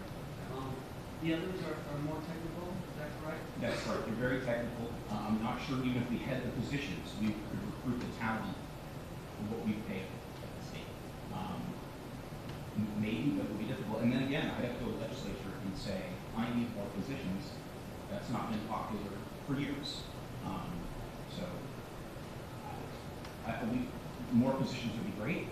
I'd love to be able to do more in-house, but making that case to the legislature that we need more positions. So the final question I have on this issue, just generally, do you train these state employees you currently have working with these consultants so that someday down the road, they can take over some of the functions? So This does save money for taxpayers for the rate. And Counselor, what we have tried to do, we've even in the past, we've had employees retire that had these expertise. We brought them back part-time to mentor. We're doing that right now. We're trying to hire someone with that experience who can mentor our analysts that we have on some of these issues. But it takes years to get there. Oftentimes we lose employees to the utilities, the private sector, energy companies before they get to a place where they have the experience that some of these consultants bring. We do try our best to train our employees and send them to neighborhood grade school, any opportunity to for additional educational opportunities. We try to make that available to our folks. So final question I have with Mr. Nani, if my book is just on that, that's what for that one to I think it's December 25. Yes. And some of that, those funds are still available? Yes. Haven't been spent? Correct. Yes, those funds are still available. And part of that, as I explained in the letter, was there was pending legislation to make major changes to energy efficiency. There was a considerable amount of support, but ultimately it didn't get through. So we were waiting. Part of this delay is we were waiting to see what would happen with that. We didn't want a contract. There was going to be a new entity stepping in to essentially run energy efficiency programs going forward. So would there be an impact if we held that up for a meeting and you were to go to your department and see if there's any of those services can be done with current state employees, or if you have a vacant position that you could hire and reduce the amount and the cost of the repairs? I would be willing to go back, Council, to do that. I have no further questions. Ms. Councilor. Just on this one, could I ask a question while you're on the agenda item? What would you think about, I guess I'm just concerned that we're almost halfway through the year and, you know, I don't want to delay it more because, you know, energy efficiency, that saves people money, right? And so what I guess an alternative, would an alternative be to maybe just, if we're doing this retroactive sole source amendment, just to have it be for FY '26 and have them for that $230,000 amount so that at least we know this year is covered, and then have the department put their heads together and see if there's another way to handle this for the two further out years, just so that we don't hold up this year since we're already kind of pretty delayed. What do you think about it? Any thoughts on that? So Josh has reminded me that they are also doing content creation for us, and that would be difficult to do in-house. Advertising, I don't have those resources to create ads and come up with media buy plans. I don't have those skills don't exist. But I'm sorry, I missed part. Well, my question was, instead of tabling this to the next meeting, instead of doing that, just at least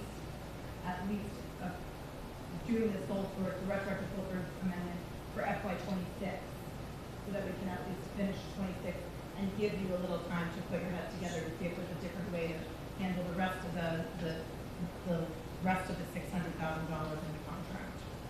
So we have to bring Ben back. That would just be 26. We can't just do it right here? I don't think we can do it here. We have to go back to the vendor and. The question I just had. You can only just vote up or down or table or do something like you can't. So my question is, I want to go down. I want to make sure that the rate payers can get this knowledge. We already have, we've already done the survey. We know what needs to happen. I think this year, we could look at this and possibly come back with a different option and have some savings for rate payers. I think if we hold it up one meeting and give you the time to talk to your staff and to see if there's anything that can be done in-house, even hiring somebody that can go in a different position, to do some of the work that this company's been doing. I think that would be a meaningful thing, if there's not going to be a substantial impact to the consumer. If there is an impact, I'm willing to go forward on this, as long as you can get to us, and we're looking at this, and we'll come back, and you're midstream, you have everybody in the B37 to stop this contract. And so during the budget discussion, work with the legislature, and figure it out at less costly manner. I can commit to doing that, Counselor. That will allow us to move forward and have this advertising happen and communicate the benefits to ratepayers. So I'm happy to do that. And I will also just mention, Counselor, that the next triennial plan for energy efficiency, and the utilities are coming in this year to present those. It's an opportunity to talk about how we do this. And I'm happy to report back on that, and maybe there are opportunities to make adjustments here and to work with the legislature on that, in not just the next budget, but any legislation related to energy efficiency programs. And not finally, this work maybe possibly with DEA on some of their marketing for tourism and other things. They have some ideas. They've been doing this for a long time. Are there some efficiencies that can be better? That's all. And they come back to us, and I'm satisfied. I'll support this. I'll speak with Commissioner Lane on that with me this week. So, thank you. That's all I have for. Did you have a comment, Kenny?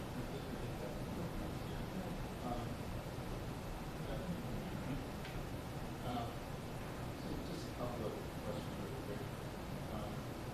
We know the more program.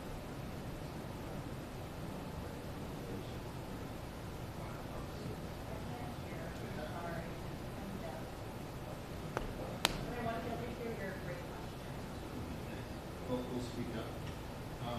So the question is, can you align yourself with the CDF that you're up with your energy efficiency programs and levelization programs with facility projects that are going to play in those?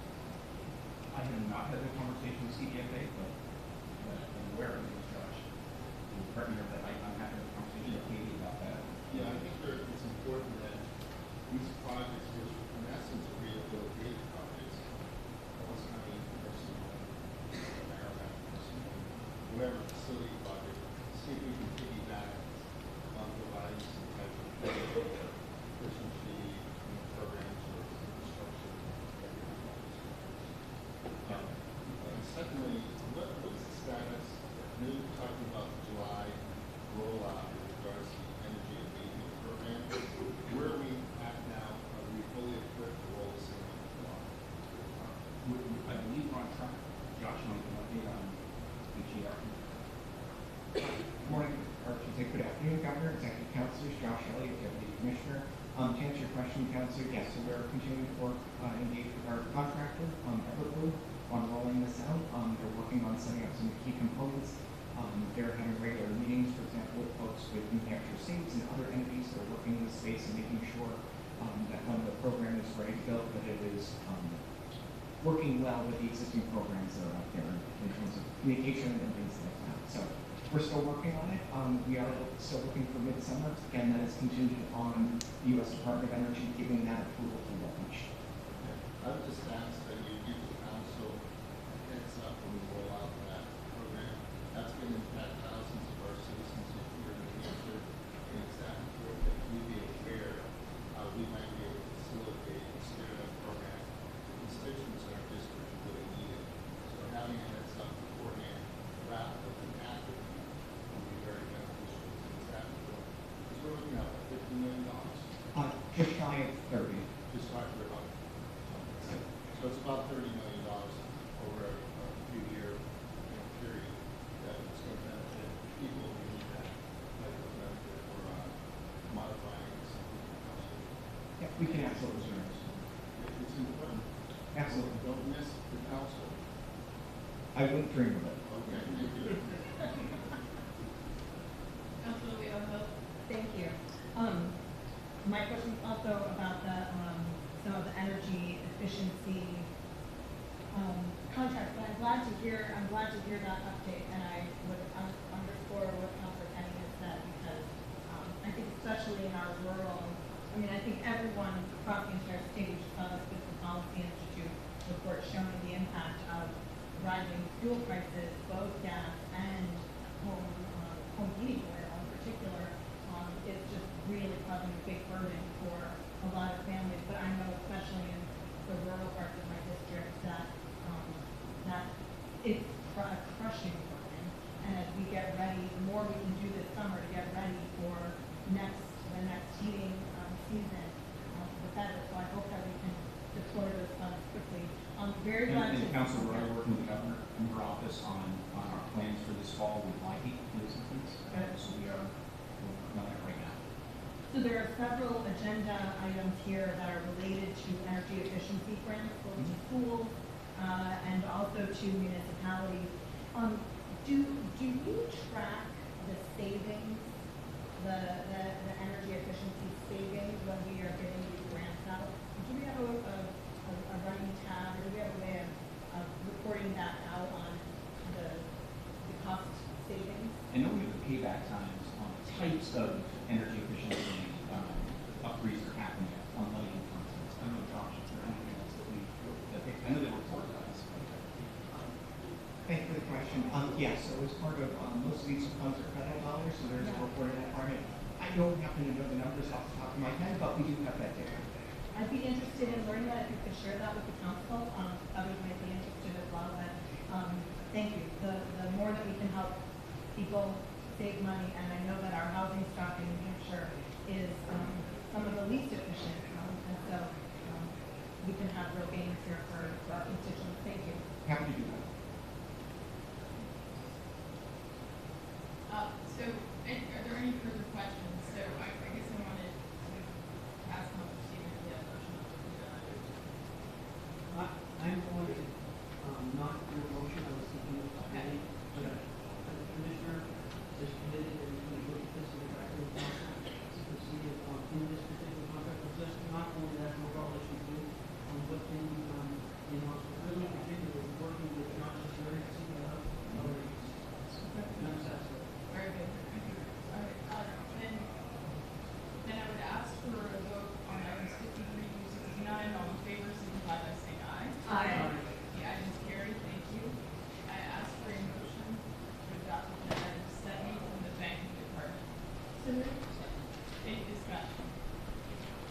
Hearing none. All in favor, signify by saying aye. Aye. The item carries. I ask for a motion to adopt agenda item 71 from the governor's office for emergency relief and recovery. So moved. Second. Any discussion?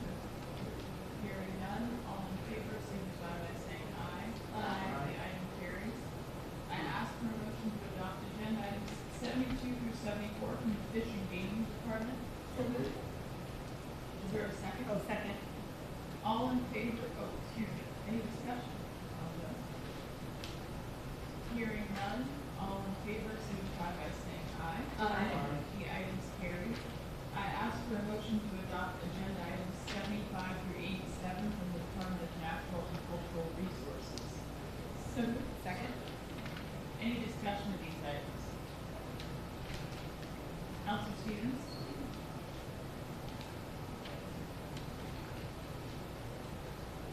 Good morning, Governor and Councilors.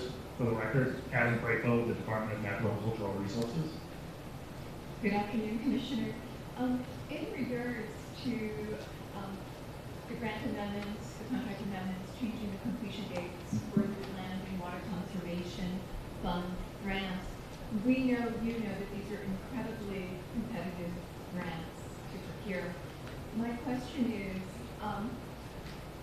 we've had many of these in effect since some I think as early as 21, many 2022. The delay, was it a staffing shortage on our end? For the retroactive piece, it was a delay on our end. It was a culmination of a lack of resources early on and lack of internal tracking. And so one of the things that we're doing now is we are getting a centralized IT system to track these contracts and these grants to make sure that we are getting them to the Governor and Council agenda on time, also to fiscal on time, and hopefully avoid retroactives. The idea is to avoid that, but obviously when emergencies come up and things of that nature, we do have to do that, but that's one of the efforts that we're going through right now. The other challenge with land and water conservation funds is that the National Park Service and our timelines sometimes don't match up, and so we get a very short window when they say, yep, we're going to extend that grant. Sometimes we get 30 days, 60 days to come to Governor and Council to get that approved, so that's why sometimes it is retroactive. What I've instructed folks to do is, and these are significantly retroactive, and we are going to avoid that in the future. Well done. Councilor Biddle. Thank you so much. So two are particularly on my mind in my district, the number 78 and number 79. One is with the city of Concord, and the other is with the city of Lebanon. Are these on track? Are these projects actually, we're extending this until September of 26, but do you know that these projects are on track and to be completed and successful? Concord is definitely on track. Lebanon, that grant is, they experienced some issues with construction, and so they are identifying scope changes, and this will give them some time to do that. And then they will come back to us with some scope changes, and then we will subsequently give them an additional extension and probably an amendment for you folks to consider for some scope changes. Okay, so we can anticipate, it sounds like we're likely to see the one from Lebanon come back to us. This is really just to give them time to address the scope changes. That's right. Okay, thank you. I mean, it is disconcerting to see so many retroactive agenda items, but obviously a lot of this was prior to your time, and sounds like you're making the changes necessary within to put some systems in place that will prevent us from having these kind of retroactive agenda items in the future. That's the intent, yes. Good, thank you. Congratulations on having a new director of parks. Thank you. We're really excited to have him, and just in time for Memorial Day weekend. We're excited. We're ready. We're staffed up, and is he already on the job? Is he here? He's here, and he's going to be starting tomorrow. Getting right to it. So, yeah, we're excited. All right. Well, congratulations to Sean. Yeah. Yeah. Come up and say Yeah. hello? Yeah. We got a question. Yeah, we can bring him up. Yeah. Is this the one time a year you'll be wearing a suit and tie? No, I think I'll wear a suit and tie. Good morning, Governor. Good morning, councilors. Great to see you. Great to support you. Yeah, I will more often wear hiking boots than not. But when I'm in the chambers, I'll put on a suit for you. Thank you again for the support this morning. Look forward to seeing the season through for state parks. And thank you again for the kind words and support. We're glad to have you back in state service. So we're excited. I'm happy to be back. All right. It was a long 2 years without state parks, and I'm very happy to be back with the team and the visitors, and I can't wait for the season to be successful. Excellent. You got some great crowds. sir. Yes, I did. Awesome. Thanks. Thank you. Counselor Finn?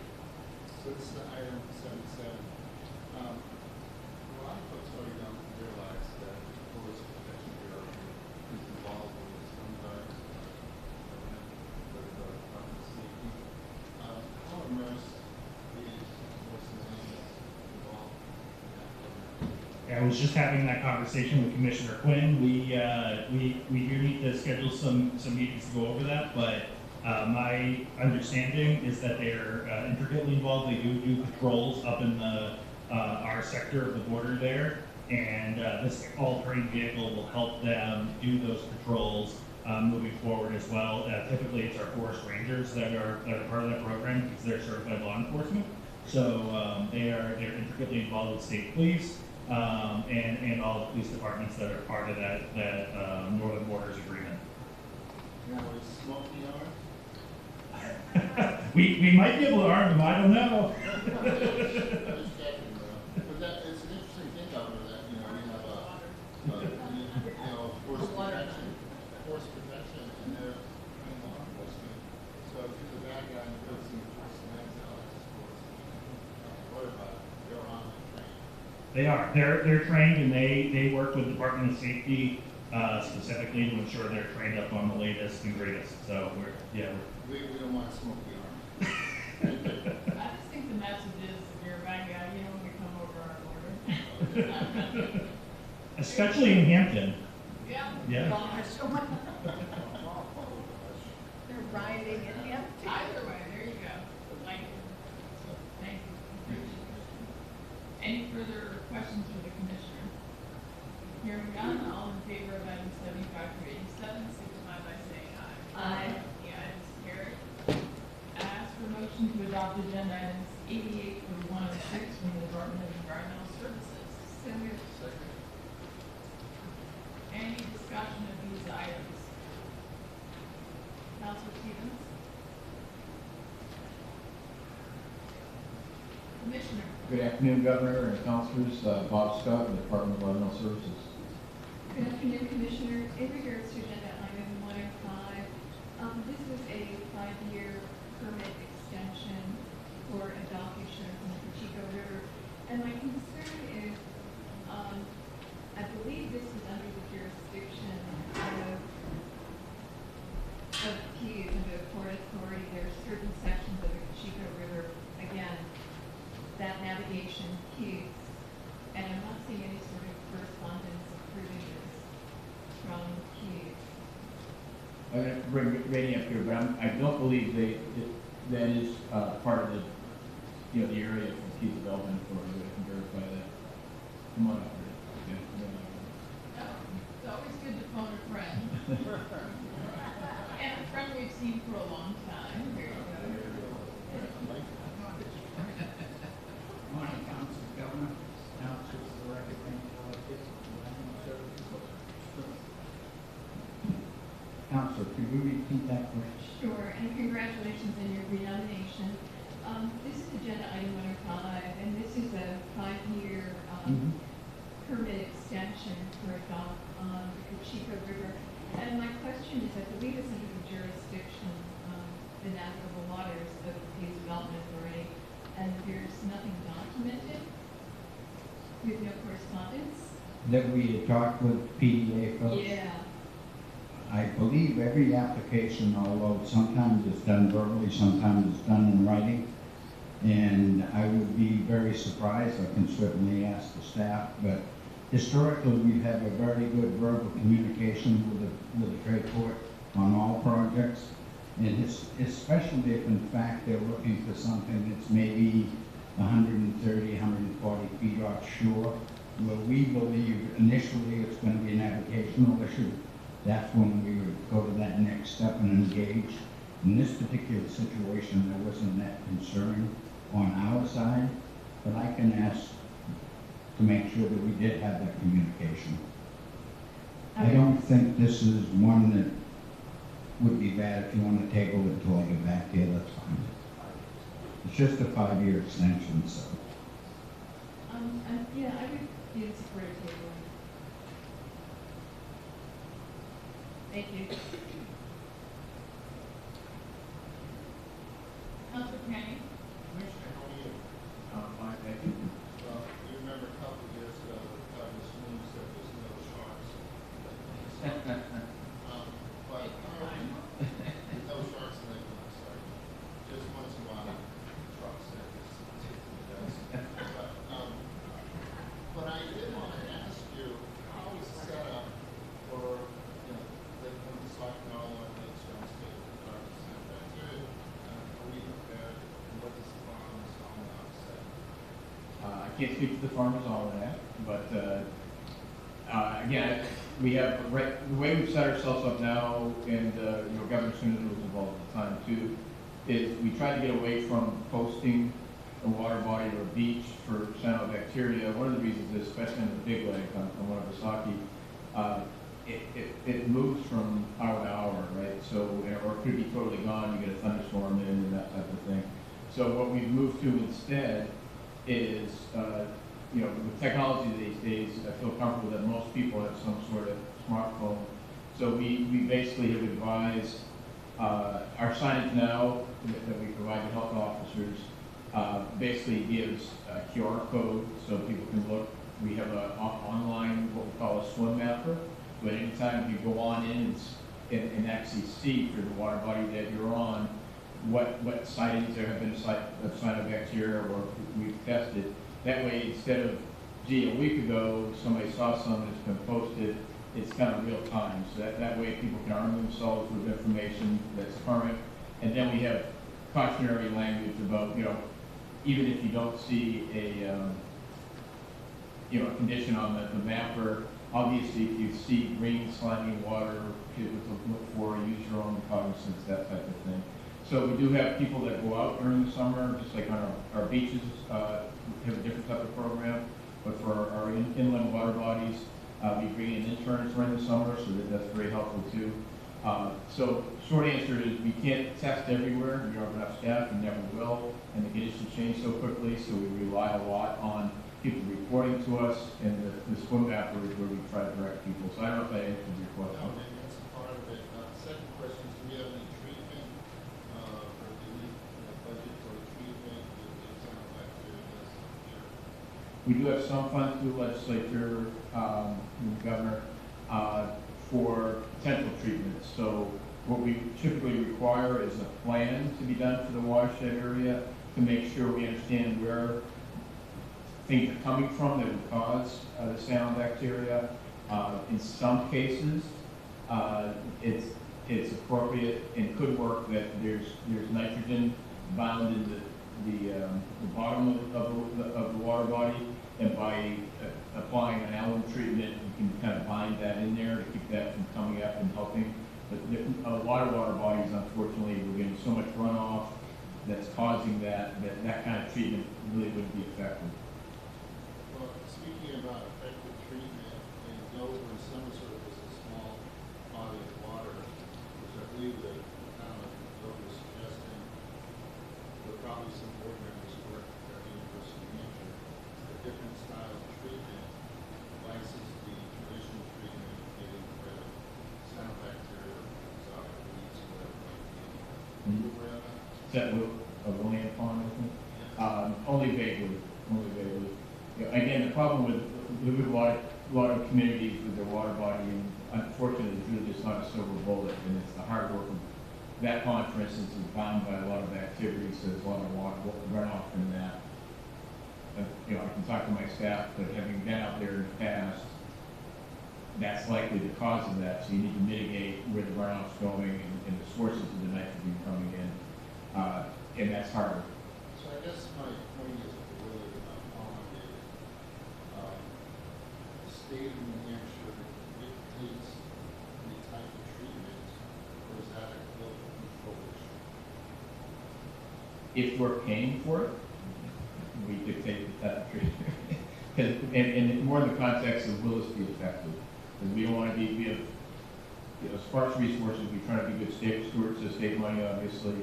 And again, some communities would love the silver bullet, just apply some alum treatment to the bottom of the lake and everything will be great. But many times that we know that's not going to be effective, so we say we're not going to fund it.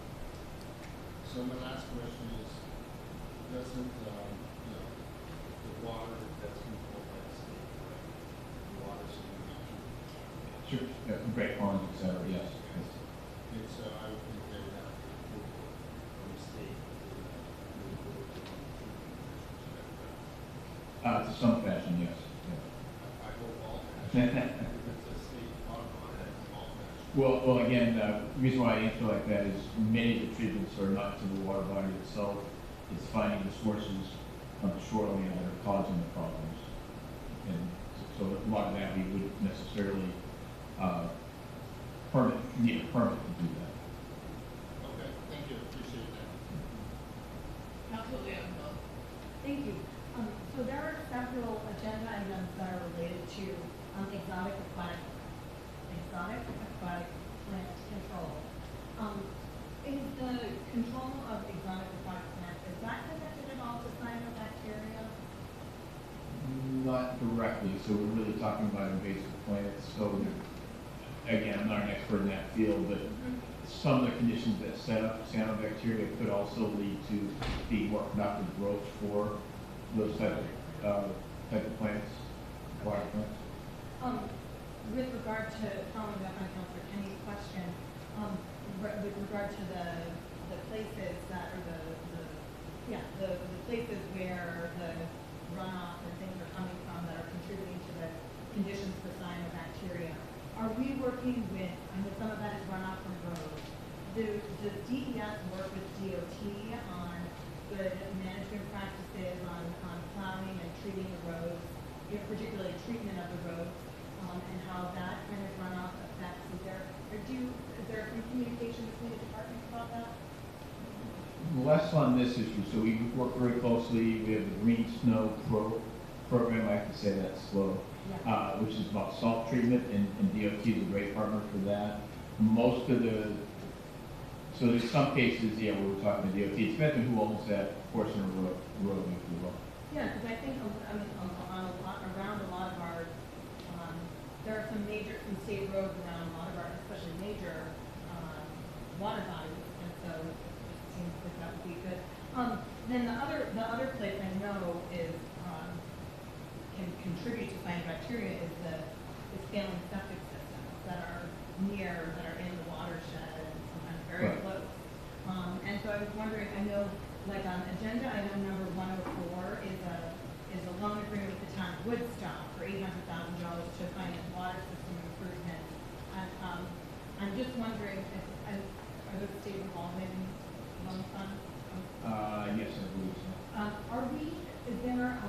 Have we given any thought in prioritizing the state revolving loan funds to potentially be directed in a way to the watersheds around our lakes, particularly ones that seem to be susceptible to cyanobacteria?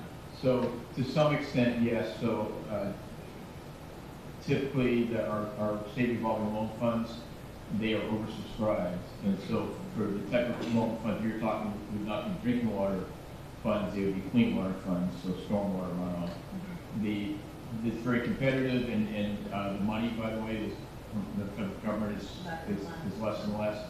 So we try to include that. We were able to do that with the ARPA funds the state was able to get, so that was nice. But to be blunt, the wastewater treatment facilities, their needs end up eclipsing in the type of activity you're talking about for state revolving loan funds usually ends up kind of towards the bottom. So less so, I guess, would be the answer. It would be nice if the state could provide a way, if there was a way that we could help incentivize landowners who are right on lakes and ponds who have failing septic systems, since that is a major contributor for cyanobacteria. So we have been able to use some of the cyanobacteria funding to help, again, those communities along the edge of the water body to look at creation of ordinances to see if that makes sense, and to create programs like that at the local level. So we have been able to fund the communities to look at those things. Ordinances are great, but if everyone had the money to replace their failing septic systems, they'd do it. Correct. It's not necessarily a lack of regulation that's causing the problem here, but, thank you very much. Those are my questions on your. Thank you. Any further questions? Hearing none, all in favor of items 88 through 106, signify by saying aye. Aye. The item is carried. I ask for a motion to adopt agenda item 106A from the Connecticut River Valley Resources Commission. Second. Any discussion, Council Kenny?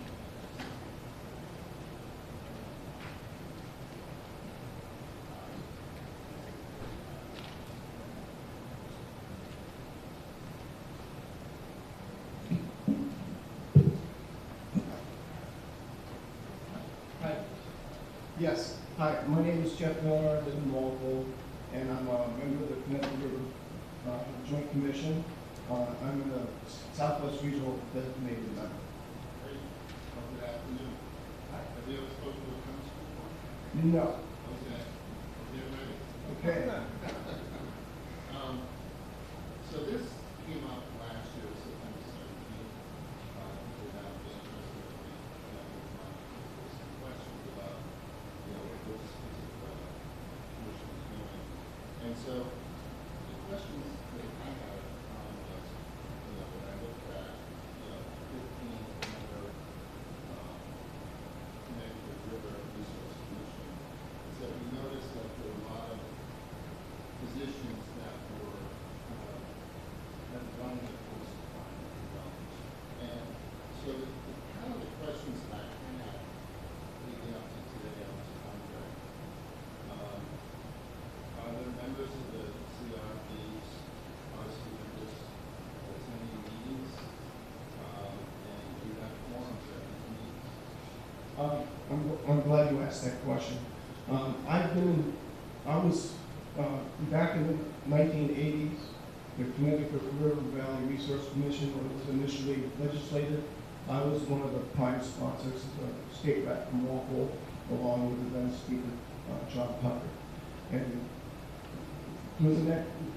so I just have not been involved in the last couple of years of raising family, but since I've been involved in it the last couple of years, we've been trying to get people nominated to the board, especially on the New Hampshire side, and it's been a struggle with getting the paperwork through, but getting through the process and getting through the executive counselor has been a struggle. This year we were able to get one gentleman that's been waiting over a year, and another gentleman was currently put his name in, was approved. We still have an active member who's been pending for about 2 years now, and it's trying to get the nominations where they are, the status, if there's an issue, and if not, it's been very difficult. And since September, when the contract was put on hold, you're sort of wondering, well, we just kind of get through this contract, and once this gets resolved, then we can go forward and hopefully be able to expedite and get people involved, because there's vacancies on. There's representative of tourism, agriculture, recreation. And these members would be very supportive of what our mission is. We have an active member of Great River Hydro. In the past, they've been very supportive and active. And once one member stepped aside, we haven't had that hydro member active or participated a little bit, but not involved. So. We have an annual meeting in June of this year, and I'm going to be nominated as the president of the Joint Commission on the New Hampshire side, and it's my goal to hopefully put an all-slate, full-force cast to make sure we get our membership full. So with that, obviously there's a lot of old workers, and I don't know, it gives you a question, you have an annual meeting, but you meet quarterly. We meet quarterly, maybe 4 to 5 times, and then there's an executive committee that meets a little bit more frequently. Okay. And the other question I have is funding from the Vermont side expected? That's the reason why we're existing. Vermont contributes $40,000 annually. So we're sort of, and most of that goes for staffing with a contract with the Valley Lake Sunapee Planning Commission. And not only are they servicing and doing some of the staffing for the Joint Commission, but also by statute, there's a lower river subcommittees with different tributaries all up and down the Connecticut River Valley. And by statute, these committees have to look for comments on certain projects. And you have to realize that these subcommittees are very active in the local committee, very concerned about water quality, the environment, but also, invigorating their area. They're all volunteers. And in order for volunteers to know they have a meeting and staff, they're relying on some of the Upper Valley Lake Sunapee staff to organize them and get them, involved. And without that, since September, these committees have met, but it's tough to get the people to come out. So, just to reiterate my question, so the Vermont side is committed to funding? Yes. Okay. And I guess the other question, you want $60,000 Biannually.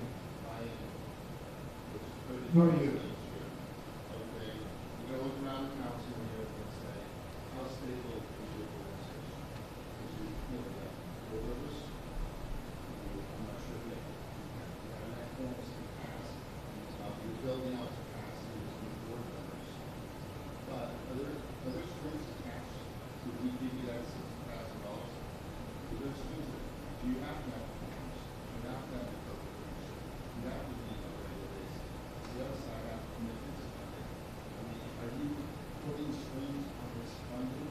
So potentially you might be, because the reality is that this taxpayers, we want those things spent. We have, we have to abide by state laws as far as forms and moving forward. We have bylaws that we have to abide by, according to state statutes. And so, I mean, the organization, it's been going on for 40 years. So it's not like something that's been just new. There are a lot of people that are dedicated to seeing and promoting Connecticut River Valley as a great resource of Vermont and New Hampshire. We also realize with Partners of Vermont, I live in a neighboring river town, and our economy is it's a local Vermont, economy, and we're sort of connected with Vermont, and you can go all the way up and down the river. The New Hampshire towns are connected with Vermont towns with a vital economy, and there's, and so we feel that we're invigorated, and hopefully, when in September, when the funding was put on hold and everybody was sort of, and I said, let's learn from this and use this as something we can move forward. And I think that's exactly it, because we need to get new members, and with new membership, hopefully we won't have to delay in getting an appointment to the Executive Council of Governors, that we can move forward with some strong membership. And if we have a strong membership committee, we're going to move forward even more than we have in the last 40 years. Okay, thank you. Thank you. And I do want to thank the governor for bringing forward two members over the last couple of months that we did approve to participate on or to join the Connecticut River Valley Resource Commission. Hopefully that is helping with the issues of meeting quorum and making sure that we have a full complement to do the work. As I'm just to a very basic question, can you just go back to the basics and remind us the mission of the Connecticut River Valley Resource Commission? It is the Connecticut River forms the western bounds of my district and is incredibly important to the 20 or so communities that in my district that border the Connecticut River. And in fact, the state of New Hampshire owns 93% of the Connecticut River, and it serves as a source of drinking water for some folks. It obviously provides recreational opportunities, and it's a really important part of our, it has agricultural and agricultural resources as well. But what is the mission, just boil it down for us of what the Connecticut River Valley Resource Commission is. Well, we want to promote all aspects of Connecticut recreational tourism, the economy up and down. We want to be able to bring both states together because problems involve both states. For instance, the last couple of years, we've had an agricultural forum where we had, and it was in Bradford, Vermont. We had 100 people. Senator Welch came and some other representatives in New Hampshire talk about agricultural issues, opportunities as far as crop insurance, how to market your vegetables and farming, when sometimes, like with apples, sometimes the prices of apples are determined by the big farms in Wisconsin or Washington, and not necessarily by locally or historic farms. And then just this past March, we had the same thing in Walpole at Allison's Orchard, where we had another 80 people. Karen, you were there, so you can witness the give and take on both things. So it's informational series. We do have a lot of speaker series up and down to give, promote certain aspects. The other thing we want to do is monitor water quality up and down the river, because a lot of communities depend on the Connecticut River for their drinking water. Walpole is one of them. We have a river pump that is, a basis of our drinking water. And we just feel that, by promoting the recreational fishing, tourism, it brings a lot of vitality and money in it, improving our economy up and down the river valley. Thank you very much. Just one follow-up. So, given this $60,000, $30,000 each year, who makes the decision if you're going to spend money? Is it the executive committee or is it the full board? How we provide an annual budget that is approved by the full board. Who can expend the money? Is it the executive committee or does it have to go back to the full board for approval? Full board. I mean, the executive committee, if extending a surplus, because basically it's a full board that approves the budget. And the budget is adhered to. Okay, because you see where I'm going with this. Because I want a full board that has a forum, Right. that has appropriate membership, that can make decisions to expend money. Not to leave it with a few people, executive Oh, wow. to spend money. No, I understand. Yeah, it's a good point. And there's, in order to move forward with a forum, you have to have a certain amount of people in person and whatever. And so the full board of the forum does approve a budget, and that's how the money is expended. I don't know if Vermont does on this side. In New Hampshire, we overlook the fact that there's money in New Hampshire. Okay, thank you. Thank you. Any further questions? Hearing none, all in favor of item 106A, signify by saying aye. Aye. The item carries. Ask for motion to adopt the Excuse me. agenda. Thank you very much. I appreciate your time. Ask for motion to adopt the agenda items 107 through 121 from the Department of Education. So moved. Second. Any discussion? Counselor Stevens.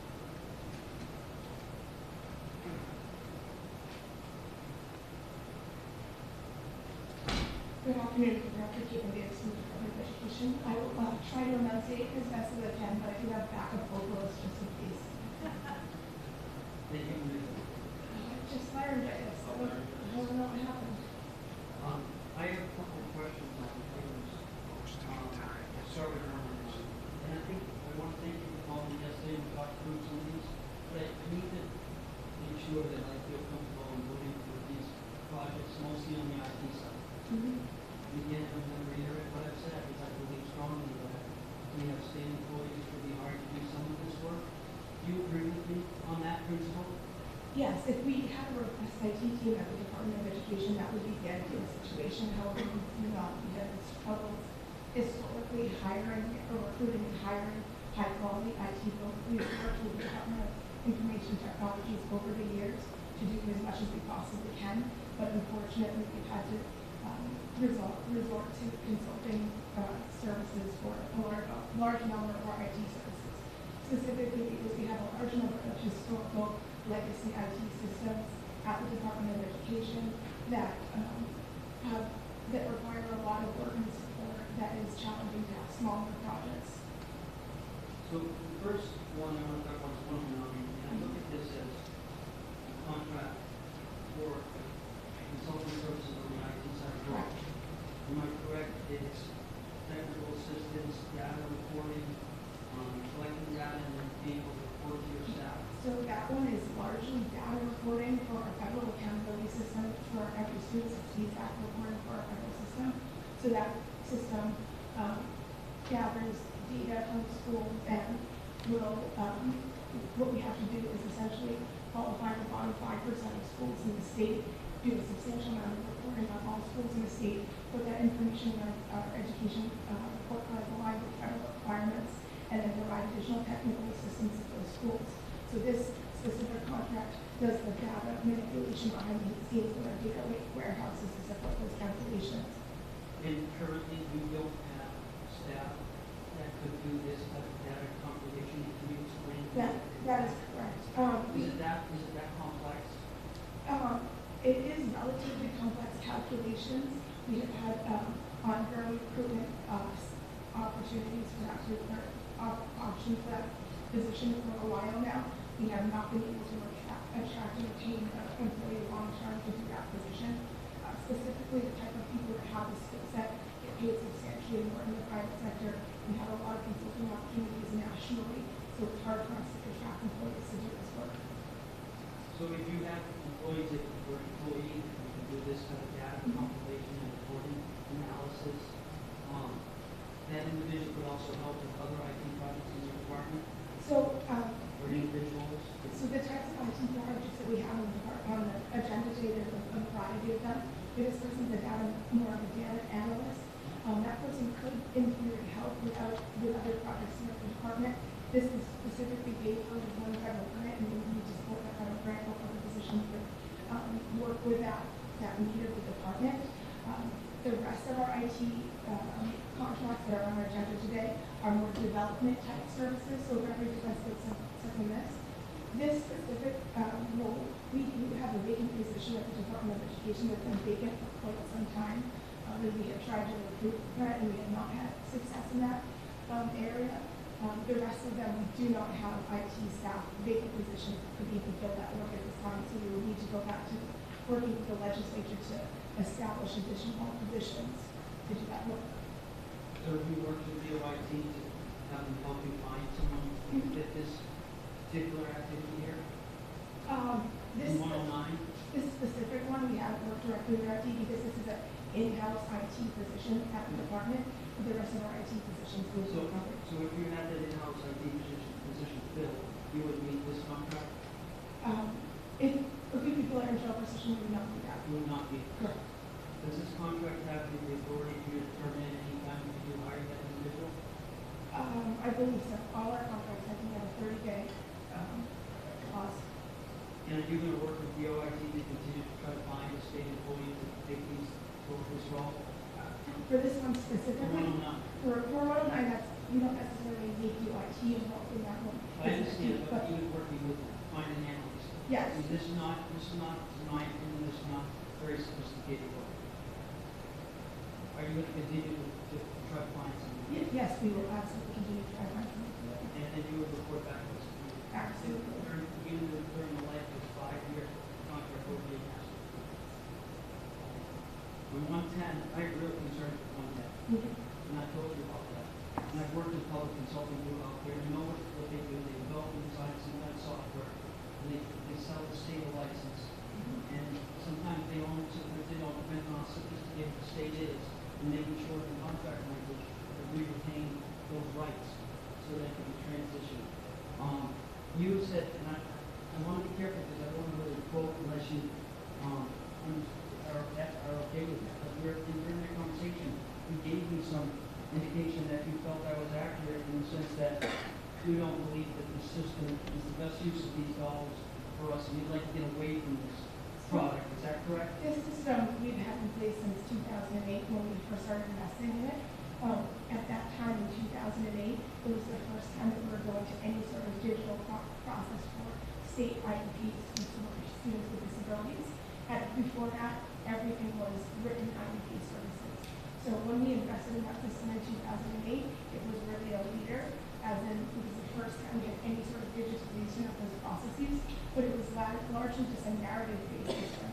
As the needs of special education and education have changed over the years, and specifically in the last couple of years, we really have a need for a system that is much more of a data analytical system. So we can collect various different data inputs, outputs, and understand what services and supports we're getting the best effects. So we look at, combine that information with other data that we have in the Department of Education and create performance data. This system is not bad. It has not been updated and it has not been improved in a long time in the department. So we really do need to get away from this system and invest in a new system, which the department has already done. We are working with a contractor to bring that system on board. However, we are in a transition period, which the point of this contract is to transition our service onto the new transition with the existing system into the new system. So this is a legacy again. I understand that there's legacies and problems and we're concerned with that. This is reporting and it's a system that collects down on special needs and also assessments, IEP assessments and history of 2-3 years, going back 2-3 years per se. Is that a legit system? So I would not say it's a data collection system. It's a narrative system that all of the schools in the state right now use to write IEPs. What you've described is exactly what we want to have, is a data system we sit back and report. We don't have that today. We do not. So the current state, I agree with. But this, I have a hard time agreeing to spend another $1.5 or $1.2 million in state taxpayer money to pay a company that basically is getting a software license for something that was developed back in 2008 and is basically maintained, not really a lot to do with maintenance, not a lot to do with upgrades, but we're beholden to this contract. And I'm concerned about that. And I don't like it. And so I feel like we're in line and we don't want to hurt the school districts. We want to make sure we continue to receive this data. What would you say to me then if we do not support this contract? That's going to have an impact on the local school districts. Correct. All the schools in the state use this system to write their IEPs. It's not like other systems where they interface into the system. This is the system that everybody uses across the state. And I appreciate the fact that you are working to basically change the course here so that you can go into a new system that we have more control over, that actually fits our needs and probably a lot less expensive. I don't know, a lot less expensive, but a lot higher quality product for what we're paying for. So, is there an opportunity here, again, this is over $1 million, for you to continue working with DOIT to look at the resources you can bring in-house in that second year, transition to move forward into the new system in a much quicker period of time so that we don't have to approve this 2-year contract? Is there an opportunity so that maybe we hold this up for a little while to see if we can work with DOIT and come back to us with a 1-year contract? I'm just uncomfortable saying yes for 2 years when I believe these dollars are being spent in a way that's, in my opinion, it's a waste. I'll be very candid. There's a significant amount of dollars here that somebody's making a lot of money off the state of New Hampshire. And I'm bothered by that. There's 30,000 plus kids, possibly. Yes, 30,000. We could find someone that could take the data, take the system, and there's a transition based upon our contract law.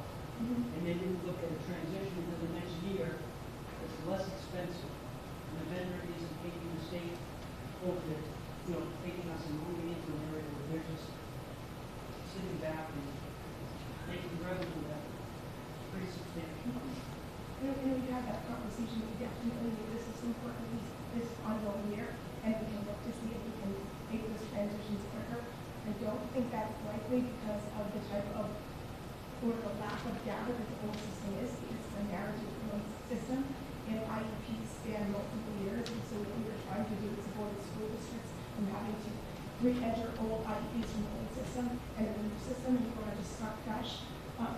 But I know we've had a conversation that we can work with our partners at IT, the DOIT, to see if there's a way to do that. If I can follow up, and I really appreciate that. I guess what I'm suggesting is with the AI engines out there and other new technologies, in the time we have, do you think there could be a possibility that within a year, we're able to transfer into another system that's less costly to the state or to another vendor.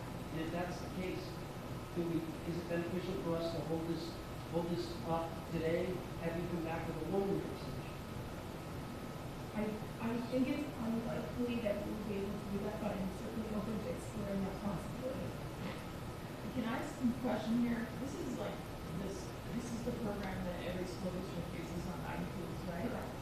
So if we can't execute, it's going to be very disruptive to every school in the state. That would be correct. And you're saying you don't think that a year is enough for transitioning a lot of data because it's also each individual school district and the IEPs they hold. So whatever program we do has to meet the current needs and then also expand to the DOE, correct? Correct. Okay. So I just want to understand, I just want to understand that this could be potentially disruptive IEPs and special ed is very important. I don't disagree. I think we need to have more data on the special ed programs because, we're putting out a lot of resources for them, and the more information we have and how those resources are being used will be much more effective for the state going forward. So I can understand why these transition. Okay, thank you. Commissioner, I'll just call, I'm not suggesting that I want to interrupt the current state. What I'd like to do is, and this is the first I've heard from yesterday, is you have another system you're working on the transition, which is great. I'm asking you to have to go over a shorter period of time. And I just don't feel comfortable approving something for a 2-year period, but I want to do some great stuff. A year of this contract, which again, it's migration of data into a new system. It's really, that's me, it is out there, and it's been done in many, many areas without costing $500,000. So the challenge is that the existing system isn't really a data system, it's a narrative-based system. So there's no data dictionary, there's no common data fields, there's no commonalities across the old system at all. It's essentially just a written document of needs. In a new system, it will be exactly what you described. It will have a data dictionary, but it will have common data fields, it will have reporting capabilities that we can use to then be able to make better education decisions for these children. But because there's no way for us to kind of look back and look at that common consistency, every IEP in the existing system looks very different based on who wrote it because of the lack of commonality between the system. We won't be able to kind of just carry that forward. And we just recently had a big data transition system with our student information system, and we were able to do that because we had those standard data dictionaries and those standard data fields, but it doesn't exist with this existing one.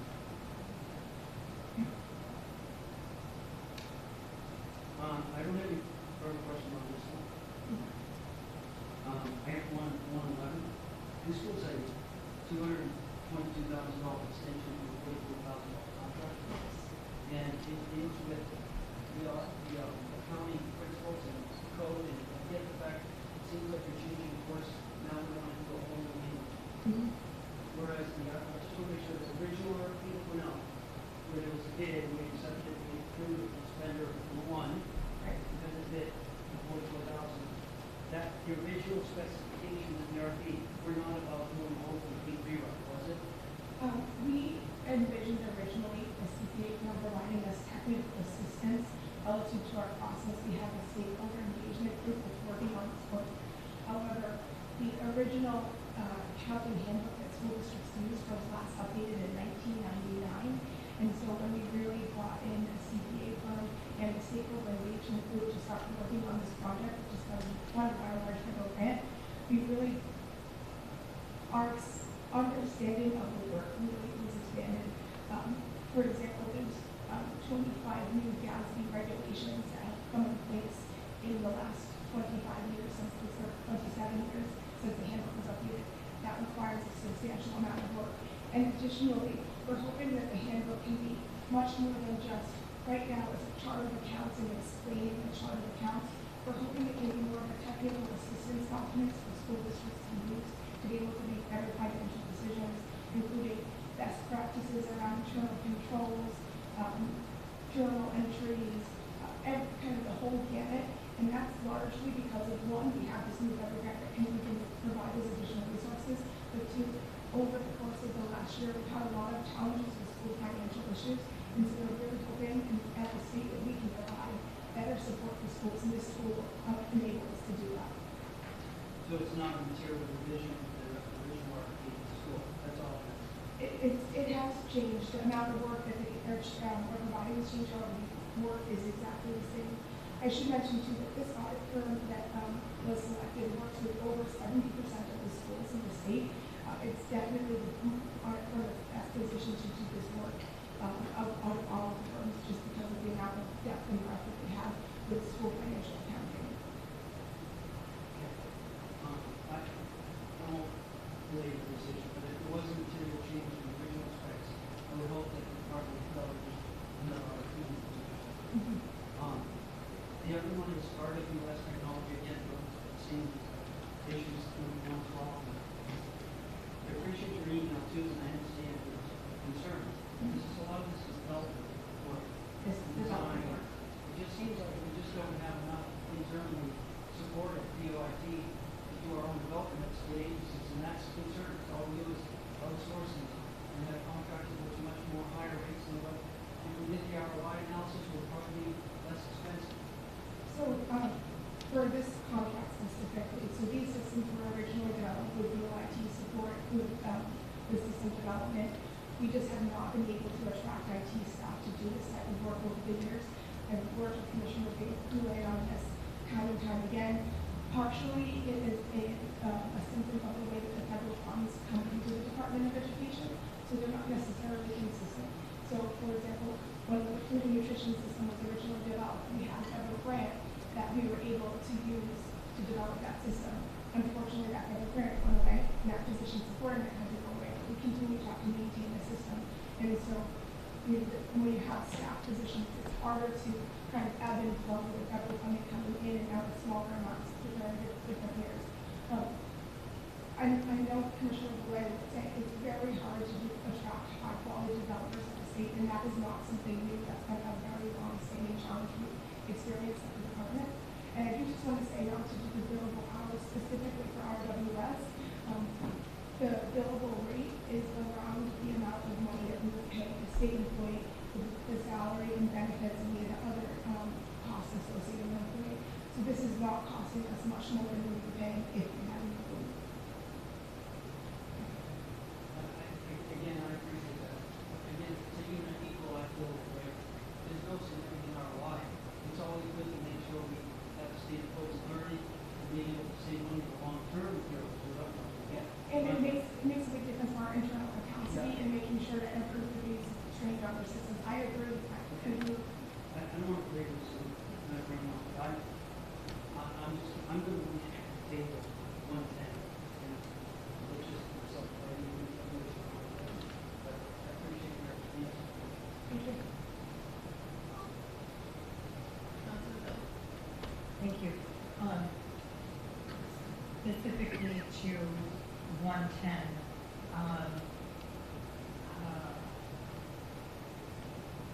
this is a contract that's scheduled to expire on June 30th. Correct. And if we were to table this, we only have 2 meetings left before that contract would expire. What are the risks of tabling this contract? So this specific item that it's able, we are not able to. And will you just go a little closer to the microphone? Sorry, yeah. You don't strain your voice as much and I can hear it better. So this specific contract, if it's tabled, and we are not able to come up with another solution, as in we might come back with a 1-year contract, we will have, the system will be shut off, and our schools will not be able to maintain IEPs for students with special education needs. Those are very great consequences. I would be very uncomfortable tabling this motion. I can't support a tabling motion right now because of how disruptive this would be to our public schools. I think we heard earlier on another agenda item that we were able to approve that the commissioner in energy agreed that over the course of the contract, he would take a look and see if there were alternative ways of achieving the results that we need, and make changes if necessary. We always have the right. Do you have the ability, similarly with this contract, that if we decided to, if you found some alternative way of achieving the result that we need, that you could make a change if you felt that you could bring something to us if you felt that that was appropriate? We can always bring another item forward. So I think from my perspective, given this is the end of the school year, and school districts are already very, very busy wrapping things up, and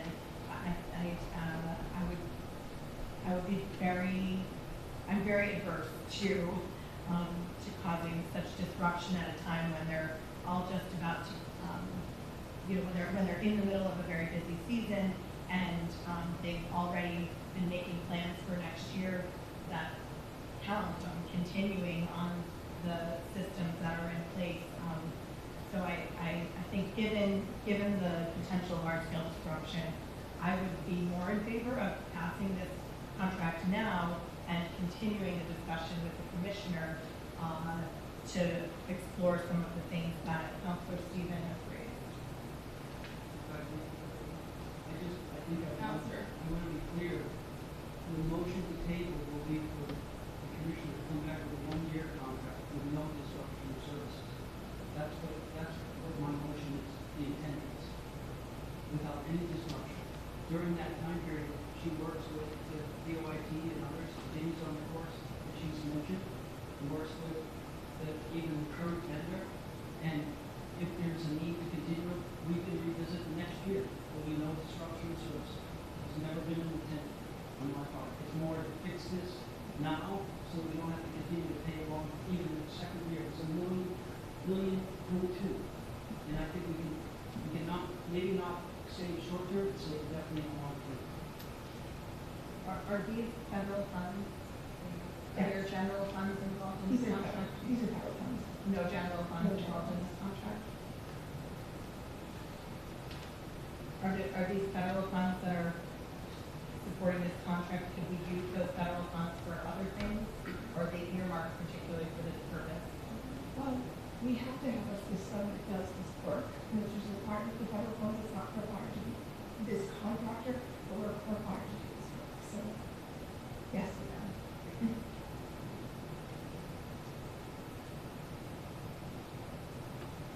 So is there,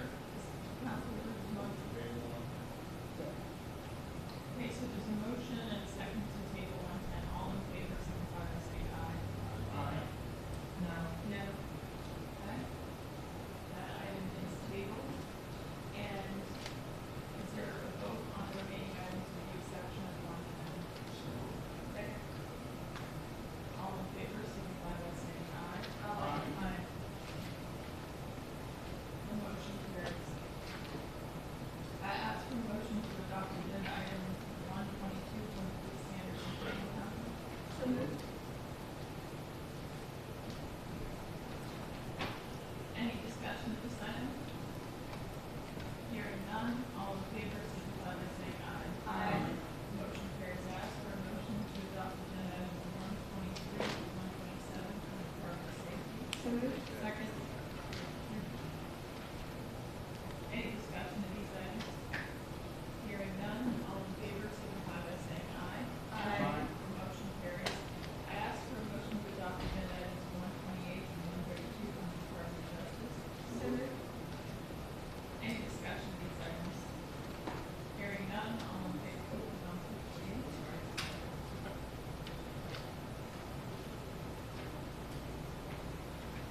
That seems too good to be true. Good afternoon, councilors. National anthem, please. Yes, it was great. So a big smile on your face about it. So I wanted to talk about the Berlin Department review on nurse officers. Yeah. One, your reaction. Two is will that report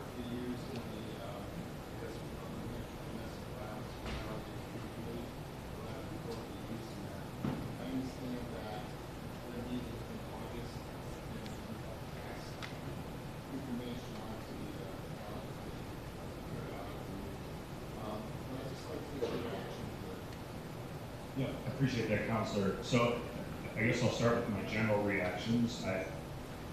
It was good to see that the police department did engage in some self-reflection and I think a good examination of what went on in this case. And they acknowledged that there were multiple failures in how this case was handled by the police department. That's not easy to do, even in a case like this where failures have already been identified. So I do think the police department, Berlin PD, deserves credit for being willing to publicly acknowledge problems without how they handled the case. I am disappointed that it took so long for the report to become public, and the chief did apologize for that. So I give the chief credit for apologizing that it took so long for the report to become public, but that was disappointing to me. It seemed that process maybe could have moved a little faster. But I also understand that when there's personnel reviews involved, that does take some time. And when you have public employees involved, no matter the issue, they are entitled to process during a personnel review. So I was disappointed that it took so long for the report to become public, but understand that there were personnel reviews involved. Was happy to see that the police department was willing to publicly acknowledge the shortcomings of how the case was handled. As we've said over and over again, this is a tragic case, and it never should have happened. There are multiple places where this could have been stopped, and unfortunately, we can't go back and bring Marisol back. All we can do is work hard to learn from this case and make changes to the system and try to make sure that this type of thing doesn't happen again. The DA Fatality Review Committee is absolutely going to be looking at this report. We'll be having further conversations with the Berlin Police Department now that their review is over, now that their personnel processes are over. We've been working hard on the review of this case. We've already had multiple meetings about this case. We've had one day-long session where we all got together for the entire day to talk through this case. We'll be discussing this case more. This case will be a big part of our first annual report that's due out in October. But as you mentioned, we have another day-long meeting in August, which will be focused on a different case, but we will absolutely be continuing to review Marisol's case as well. And there's a lot more discussion to be had with Berlin PD now that their process is concluded. So I appreciate that. Just a couple of my personal opinions is while I appreciate the chief of police apologizing for the lateness of the report, I just wish he would apologize to Marisol Blanken's family and grief with that department, put that family through. You said it should have never happened. There's a lot of lessons to be learned. That's a police department, in my judgment, that needs a lot of help. I hope it comes from the Department of Justice. I hope it comes from our police academy. I hope it comes from other nonprofit sectors and the judicial system to make sure again that it doesn't happen again. But we all know that there's a protective order, and we know that Michael Gleason passed that next new restaurant that Marisol worked at numerous times, and there was no follow-up. There was no follow-up from the welfare check that came from Carroll County to their dispatch center in Berlin.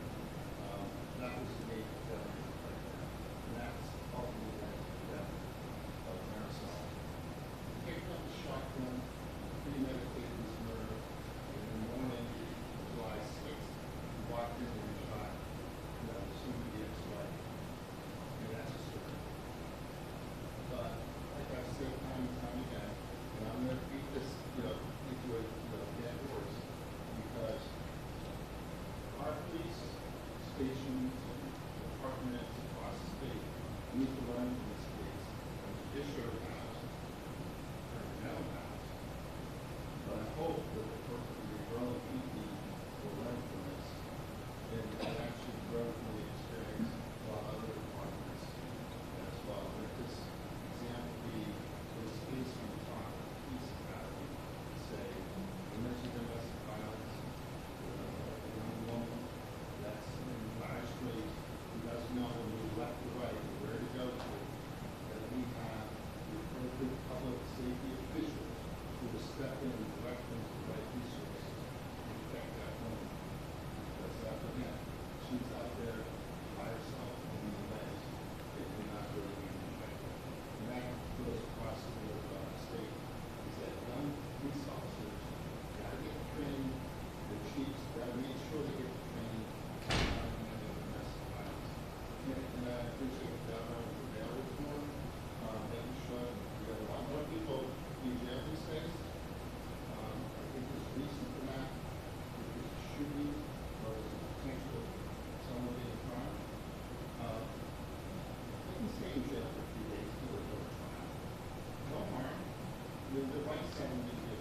there's a sense from the public that this is a concern, and this is a concern for the judicial system, with that person find themselves, as well as find society. So we get that point. I know we have 3 judges that are stepping down, resident designers today. I hope that the new internal judges read that story about Maricel Fuentes, all the reporting that came out last year, and this report from Berlin PD, that those new judges didn't see it. So we have a governor, we have a council, there's a part of the crime, we're not going to tolerate domestic violence, and we're going to put the bad guy in jail until they go to trial. And this over justice across the board understands that. Because it wasn't too long ago that we had a man who was shooting up businesses in Berlin and then shot up a woman's library who was let out of personal cognizance, and everybody from the 5th grade up said, how could they possibly do that? And then luckily, a week later, Judge Marcel put that individual back in jail. He's now in jail until he's waiting trial. So I just hope we get, send a signal. I'm sure we're going to do it. I know Councilor Stevens is going to do it. Councilor Hill, Councilor Wheeler, and the governor are going to bring up this case and other cases when it's relevant, so that we make sure that we protect the citizens of New Hampshire, and particularly young vulnerable women who are in a domestic violence crisis in need of protection. So enough of my talking long-winded about this, but I think it's that important. This case is a watershed case in New Hampshire history, and we need to continue to educate as to the police departments who live in Absolutely, Counselor. I think you're spot on that we need to do everything we can to make sure law enforcement, prosecutors, the judiciary, every part of the system learns everything that we can from this case to fix the parts of the system that we need to fix, and we're going to continue to work hard to do that. We've been working hard on that, and we're going to continue to do that because it's critical. Like I said, we can't bring Marisol back. We can honor her life by at least making sure that we learn from this case and we fix the system that needs to be fixed. I appreciate that, Attorney General. It's always heavy-hearted when I bring up this topic, but this is a vibrant young woman that had a whole life in front of her, and because of some ex-Sufi ex-husband who took it upon himself to take her life, it's just unfathomable to think that a human being has jealousy, as well as other reasons to take the Sufi ex-husband.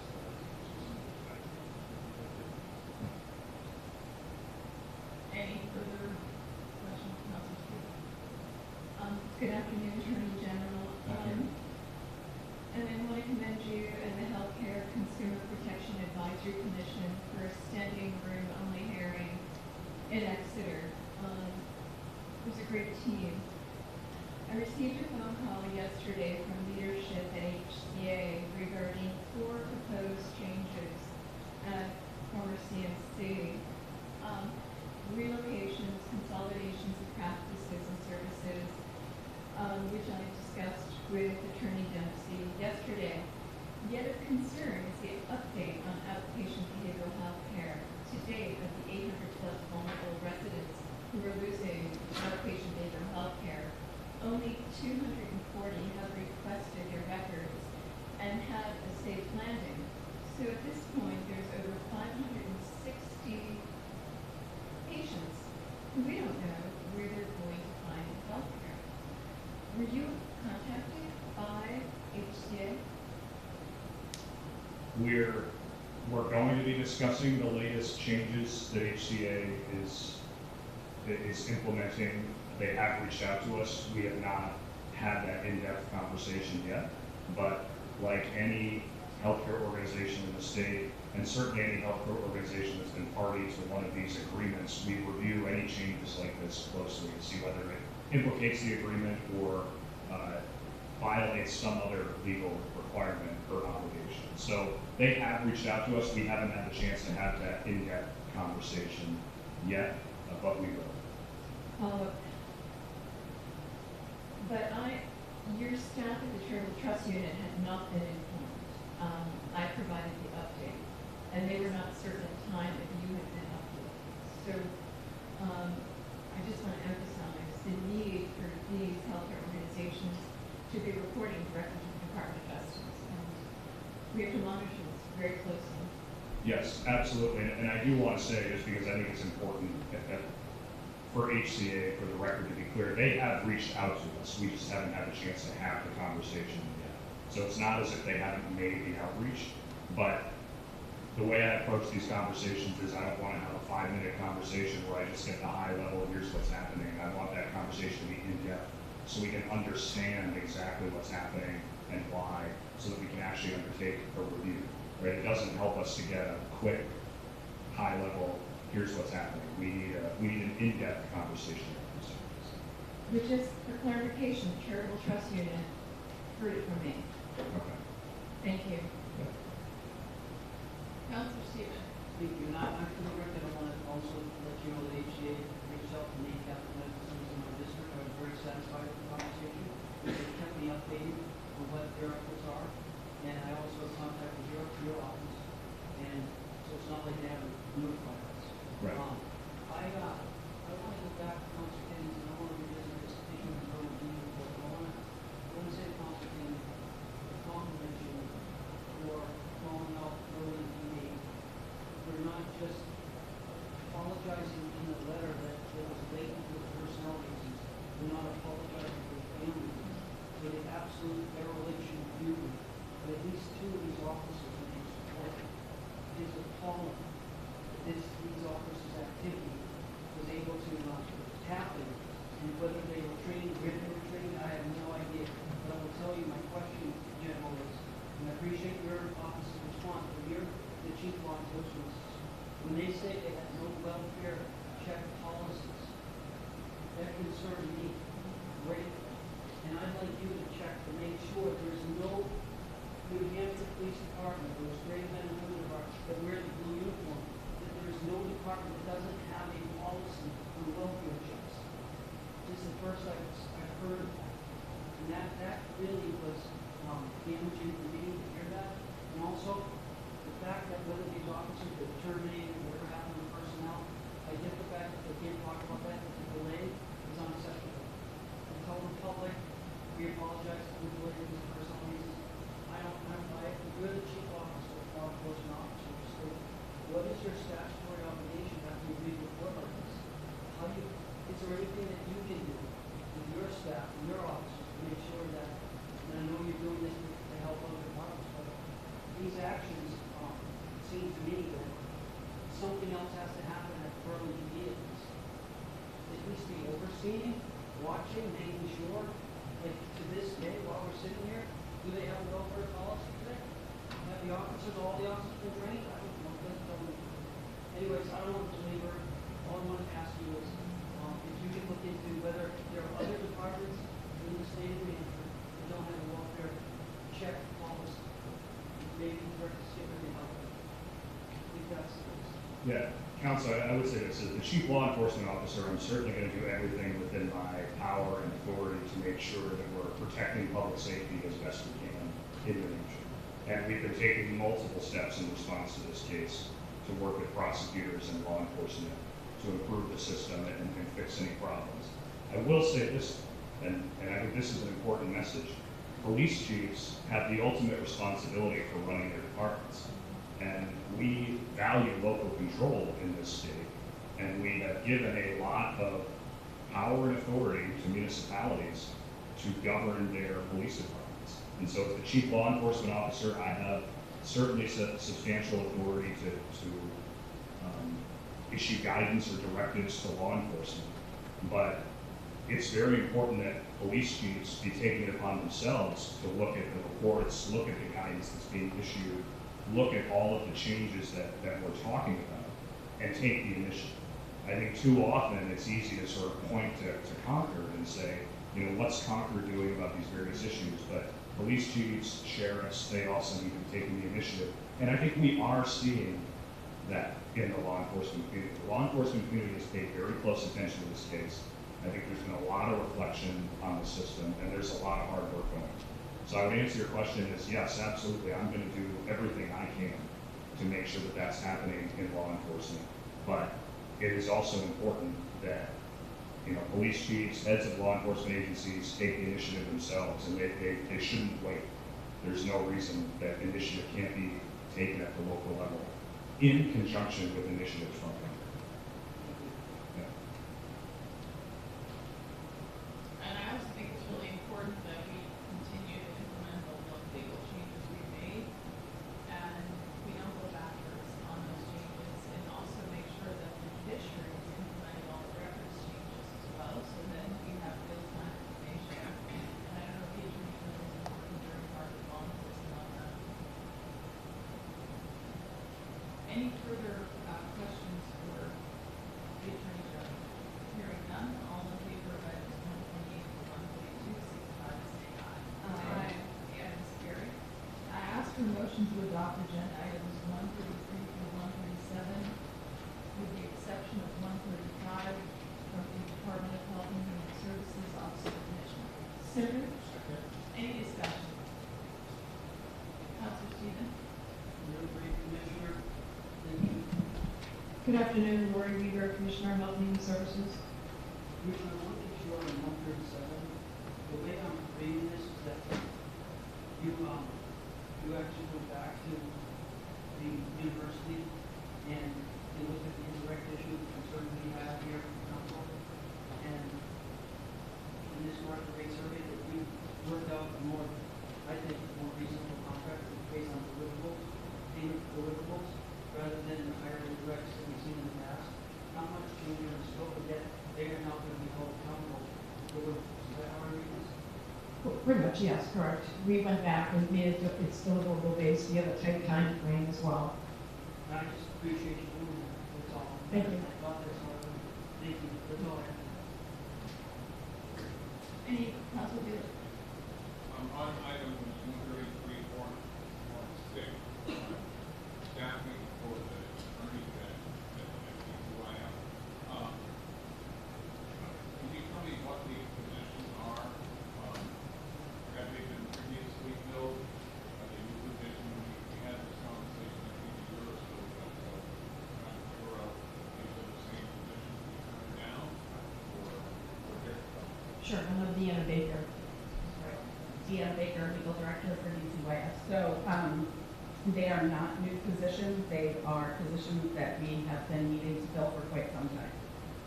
We have a high number of vacancies. These are not the new supervisors, especially on 130, 133. That's Yeah. not a new position for the legislature. Has this ever been filled? Let me ask you that. Yes, it has. Yes. And it was the change to the unclassified system, I think that you're talking about. That's what I was going to say, is that all of the positions in total did a conversion, which is part of what you saw, and now some of that is filling some of those positions.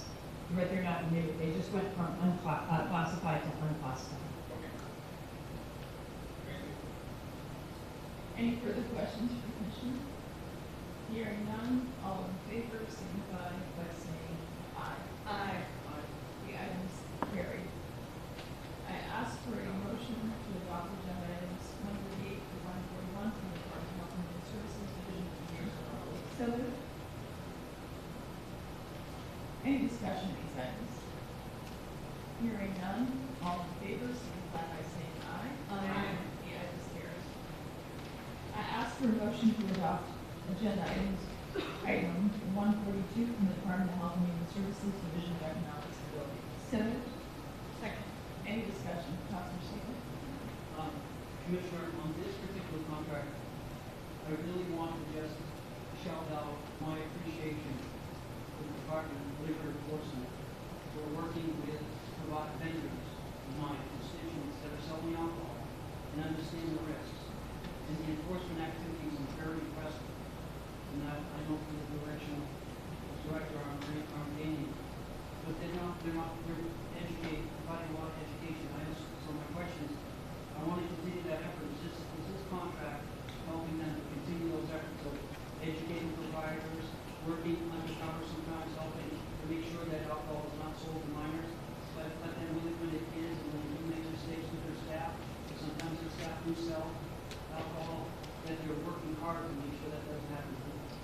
So, sure, just, Counselor, just to clarify, you're talking about item 139, because that's the MOU with the Liquor Commission. Might be 139. Yeah, okay, because 142 is the chat support protect solution. Okay, I'm sorry, Governor, I'm not thinking over that. Forget the Maybe I question, had the just a numbers statement. I may have had the numbers off here. No, you didn't. I think. Well, it's all right. We're late in this meeting. It's okay. You're welcome to bring up that comment now. It's fine. But we're prepared to answer your question that you just had if you want. I'd asked the Liquor Commission to join us, so. And I apologize for missing that number. No problem. But I appreciate the effort, because I think that contract is very important. I didn't know you.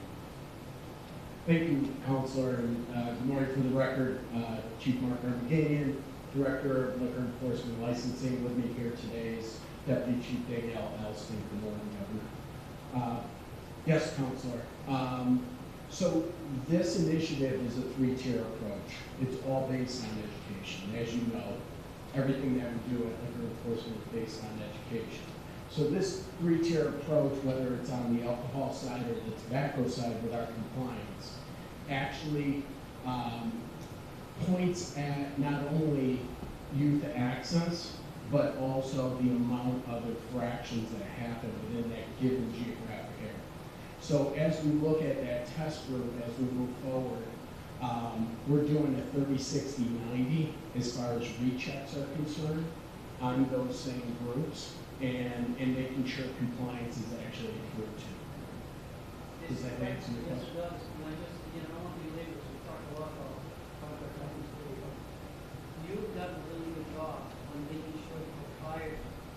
Sometimes they're not, they're hiring staff, and the staff is taking that judgment call, maybe not checking that ID, and instead of putting them out of business, we're really making sure that they understand they need to take certain steps and improve. And I want to tell you how much that I appreciate it. These are small business owners, a lot of them that do want to do the best for our state. So, Absolutely. anyways, thank you for your efforts. Yeah. Thank you, Counselor, for bringing that up, and thank you to this body for being so supportive of our mission. And as you know, and not to belabor the point, as we look at small business owners, again, everything is based on education. And with that education comes the fact that training is paramount, and to be proactive with that training, like we would do for special events, our seasonal licensees down at Hampton Beach, Motorcycle Week coming up, that we go out and meet physically with every one of our licensees in those geographic areas and make sure that the rules that attach to the event are adhered to. If they have questions, that they have phone numbers that they can call immediately to vet them out. And at the end of the day, just solidify the collaboration and partnership between the division and our licensees who are our customer base. Thank you. Thank you. Thank you very much for great work. Then, if there are no further questions on 142, all in favor of item 142, signify by saying aye. Aye. Ask for motion to adopt agenda items 143 and 144 from the Department of Health and Human Services Division of Long-Term Support and Services. So moved. Second. Any discussion? Councilor Stevens? Good afternoon, Commissioner. Good afternoon. Come on up, what's up? Good afternoon, Ms. Hardy. This is a $2.5 million contract with Keystone Peer Review Organization for medical eligibility assessments and pre-admission screening. And thank you so much for getting that to me. The performance standards are to be 95% of passers are done in 5 days to 7 days, and with medical screenings, 7 days. And when I looked at the annual report, we're seeing the average is up to 19.6 days. And there appears to be, we do have performance guarantees in this contract, but there's no liquidated damages. And we went through a very difficult process with this vendor not too long ago, where they had a staffing issue, they had a crisis. But ultimately, what happens to families is these delays result in families not getting, Medicaid or approvals for nursing facility level care, and they wind up spending their life savings. So while we seem to be making progress with this most recent annual report, could you explain the average of 19.6 days? That could be far longer. And additionally, is there a backlog at this point? Yes, Melissa Hardy, Division Director for Long-Term Supports and Services. Thank you for the question and your email. I will say, as noted in the annual report from Central Keystone, that the time lag between what the performance measure is and what we saw in the results in the last annual report really predicated on the ability to contact families and set up appointments to schedule these in-person medical eligibility assessments. So they acknowledged that in their report. In the meantime, the department, along with our stakeholders in the community, have been working together to come up with a more streamlined process in which these assessments can be completed. So we partnered with about 22 providers in the community, had multiple stakeholder meetings to try and determine what streamlined process we can do in this process. So one of the outcomes, which I think will help with that timeline, is we reduced the actual eligibility assessment tool from 17 pages to 4 pages. So when we're actually looking at volume, we met with our stakeholders and providers and said, what is important? What do we have to do in our statute to determine eligibility? And we really came up with a process that streamlines that. So this was, we don't have this year's annual report yet. Obviously, we'll get it after July 1 for KeyPro. But we determined that this will improve with that more streamlined approach.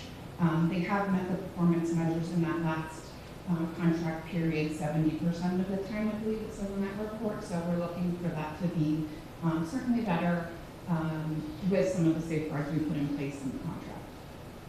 Although, just to be clear, that is to be 95% of the time. And is there a backlog presently? There's no backlog.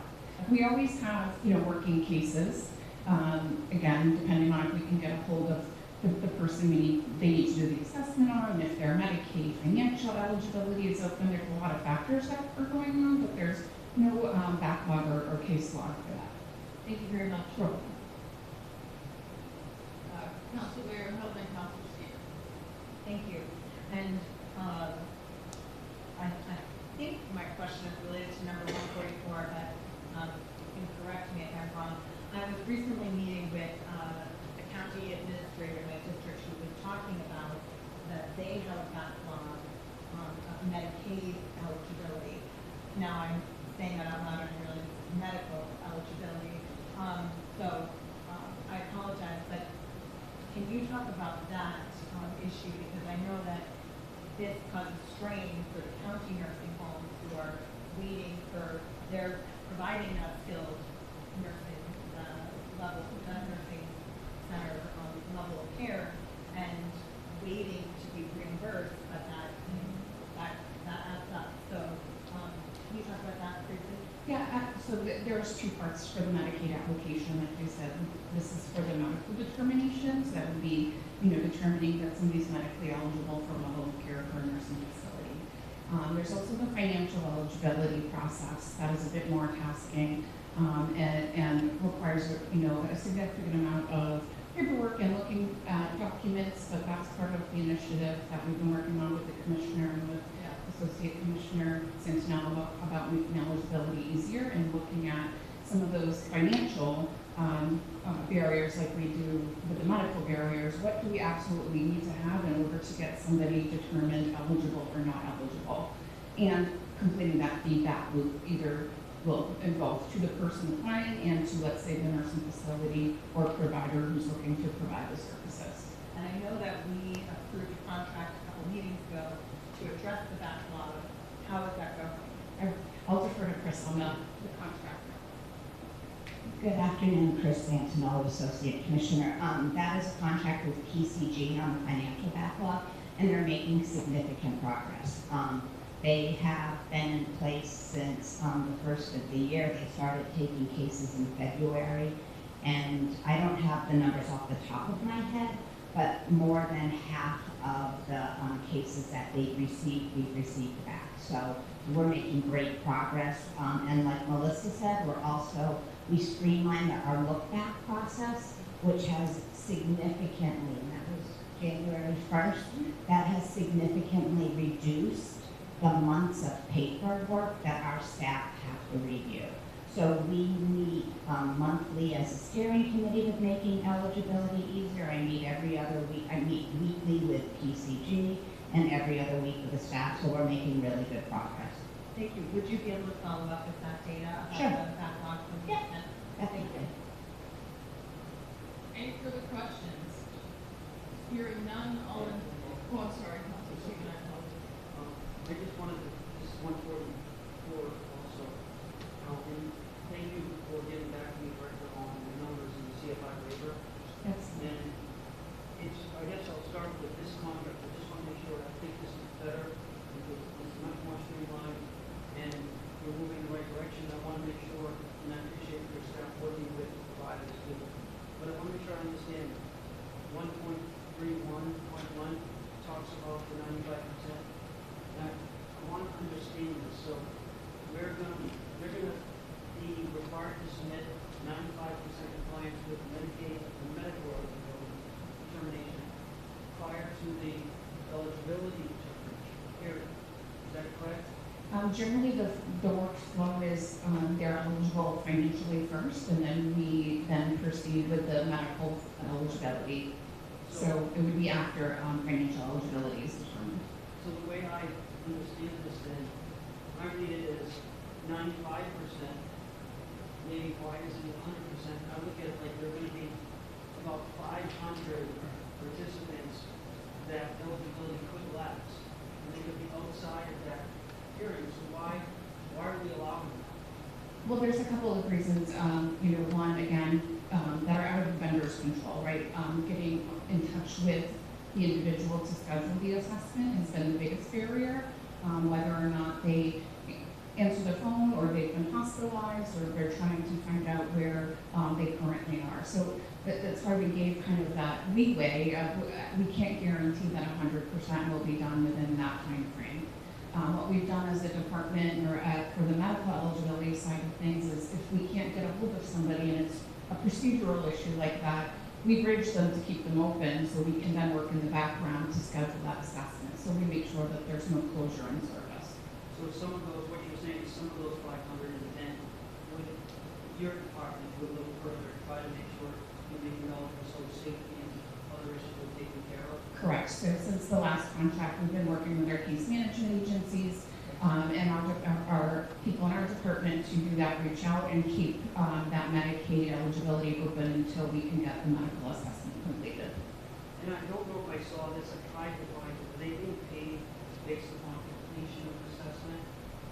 Yes, they get rate per assessment. So there's a rate for the medical eligibility determination, a rate for PASSAR level 1, which is the screening for mental illness and developmental disabilities from the hospital into a nursing facility, and there's a rate there's a PASSAR level 2. So there's 3 different rates. So it is a rate-based contract.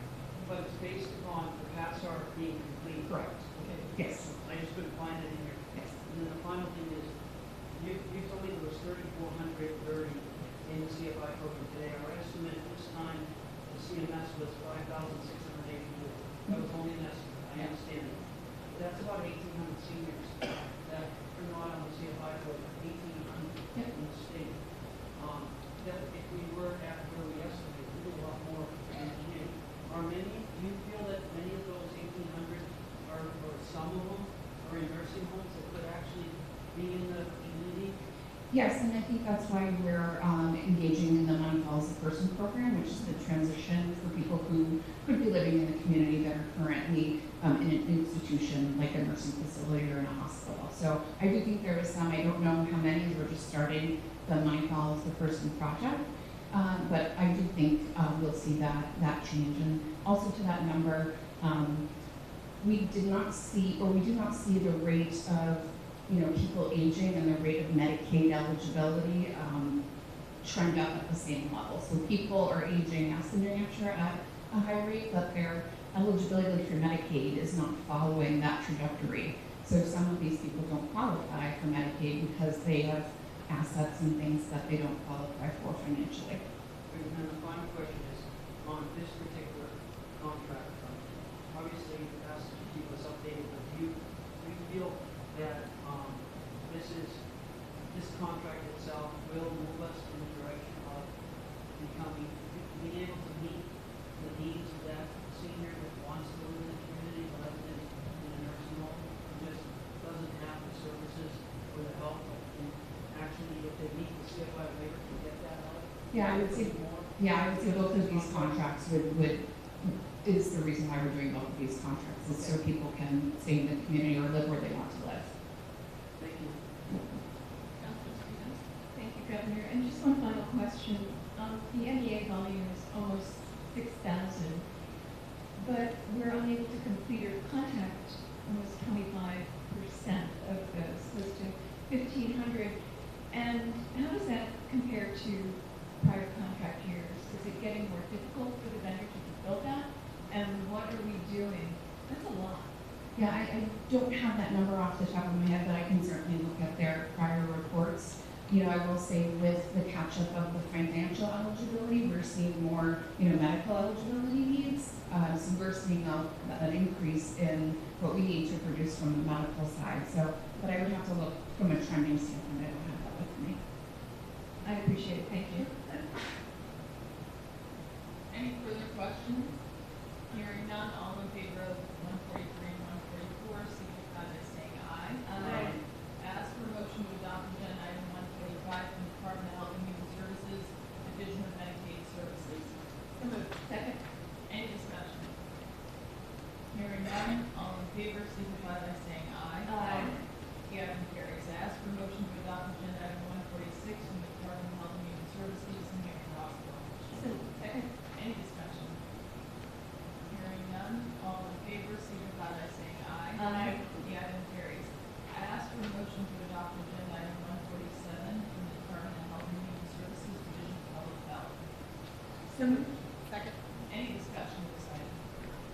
Hearing none, all in favor, signify by saying aye. Aye. The item carries. I ask for a motion to remove. I have it right. Sorry. I ask for a motion to remove tabled item 68 from the Department of Health and Human Services, Office of Commissions. Is there a second? So moved. All in favor of removing this item from the table, signify by saying aye. Aye. The motion is removed from the table. The item is removed from the table. Is there a motion to discuss this item? So moved. Second. All in favor of discussion, signify by saying aye. Aye. The matter is open for discussion. Is there any discussion on this item number 68?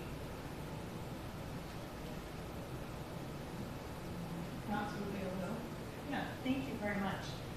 We had some discussion about this at the last meeting, and since that time, I've heard from a lot of providers in my district, and I've heard unanimously from my providers that they have found this program, this pyramid model, to be very beneficial. As I understand it, this contract is really about the professional development to support retention of people and avoid burnout of people in a very demanding field.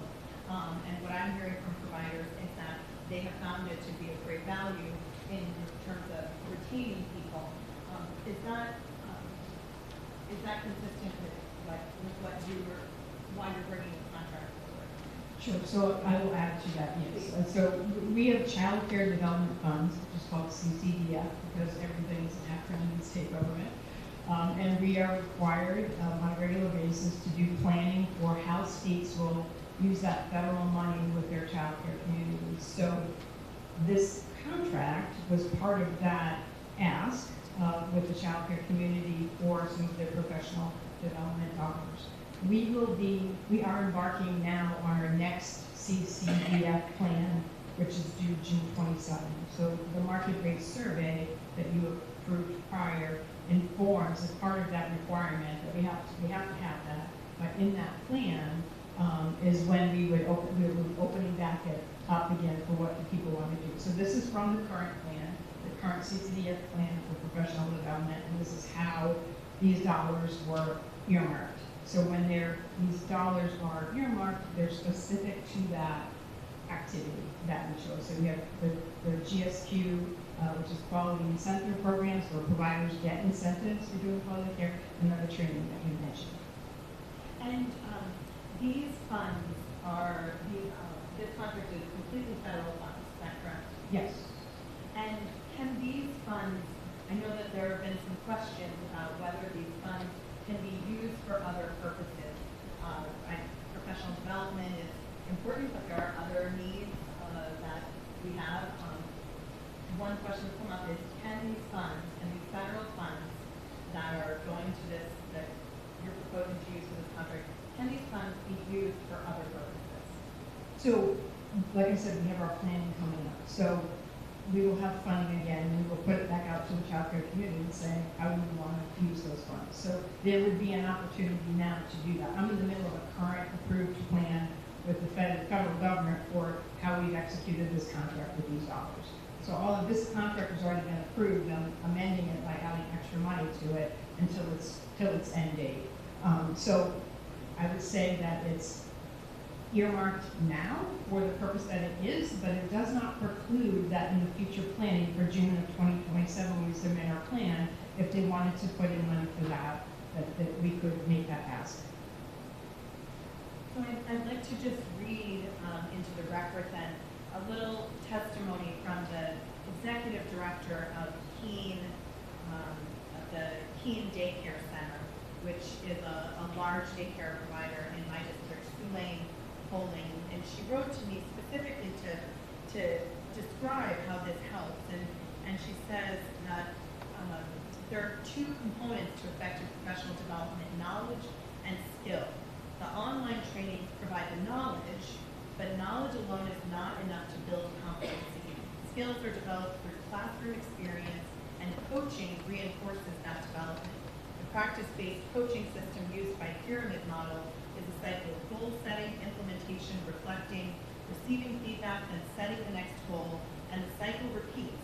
During the past 8 years, we have found this process to be very effective in supporting teachers to increase their skills and master strategies to better meet the needs of children in their classroom. In the long run, this is an important retention tool because when teachers feel successful, they're more likely to remain in the field. A strong workforce creates the ripple effect of benefiting the children, their families, and the greater community. It seems to me that this is a win-win-win worthy of support. I sincerely hope that the Executive Council will agree. And this is the kind of message that I have been hearing consistently from the daycare providers, the early childhood educators throughout my district over the last couple of weeks, who are very concerned that this contract was tabled, and are hoping that we can pass it today so that they can know what to expect, and that they can know that they will be able to provide this kind of professional development to their staff as a way to help retain them. Thank you. Thank you. Councilor Stevens? Thank you, Governor. And I just want to stress that the New Hampshire Child Care Advisory Council, their executive committee, which I forwarded to DHHS, is fully on board with this contract. Continue to support this contract amendment because we believe these services represent important infrastructure supports for New Hampshire's child care system. As stated in our previously shared statement, granted steps for quality supports coaching, technical assistance, professional development, and quality improvement resources that help programs meet licensing standards, strengthen classroom practices, and improve outcomes for children and families statewide. So 100% behind it. Okay, any further discussion of the table item? If not, all in favor of item 68, signify by saying aye. Aye. No. Okay, so the item fails.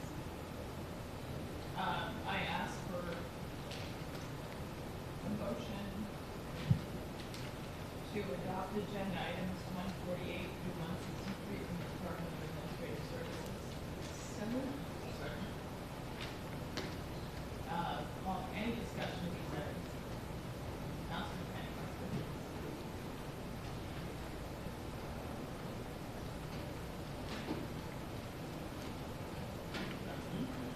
Hi.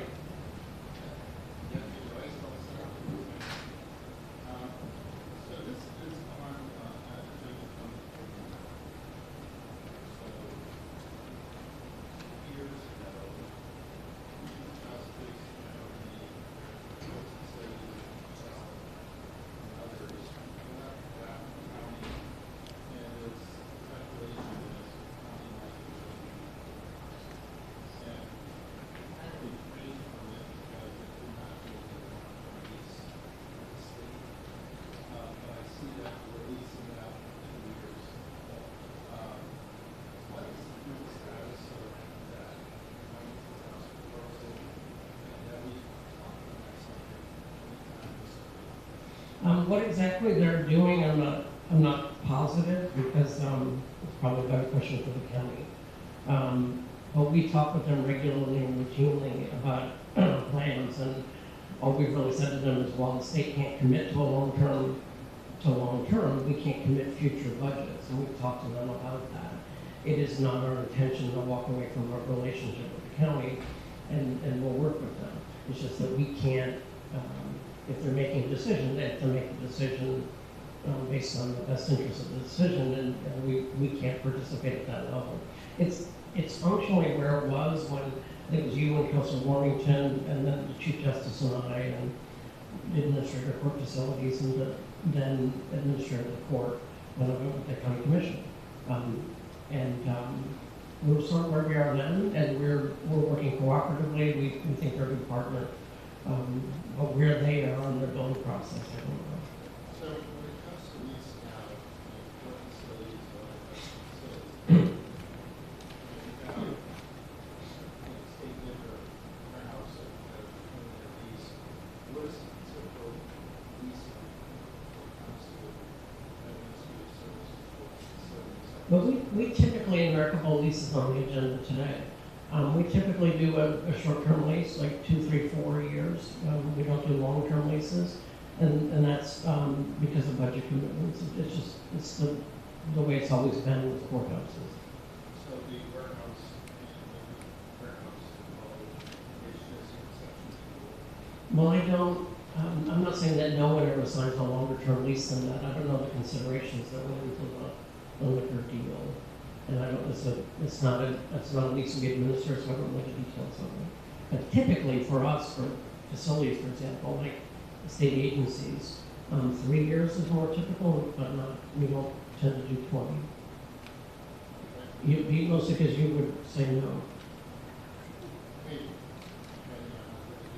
You, the collective view. Any further discussions with the Commissioner? Questions with the Commissioner of Administrative Services? Councilor Stevens. I just want to give you a shout out and to Fish and Game. If Commissioner Sinek is still here, the construction costs for the new Hampton Fish Hatchery, we have not seen a contract amendment, and is holding strong at $47.7 million. We're nearing the finish line, and the contract that we have before us is for engineering design with HDR, and that was $223,000, which is coming out of contingency. But I just want to tip my hat because this is a complex project, and well done with construction costs. Thank you. Roger and Mike on our staff do a very good job, and frankly, a lot of the credit goes to the fish people.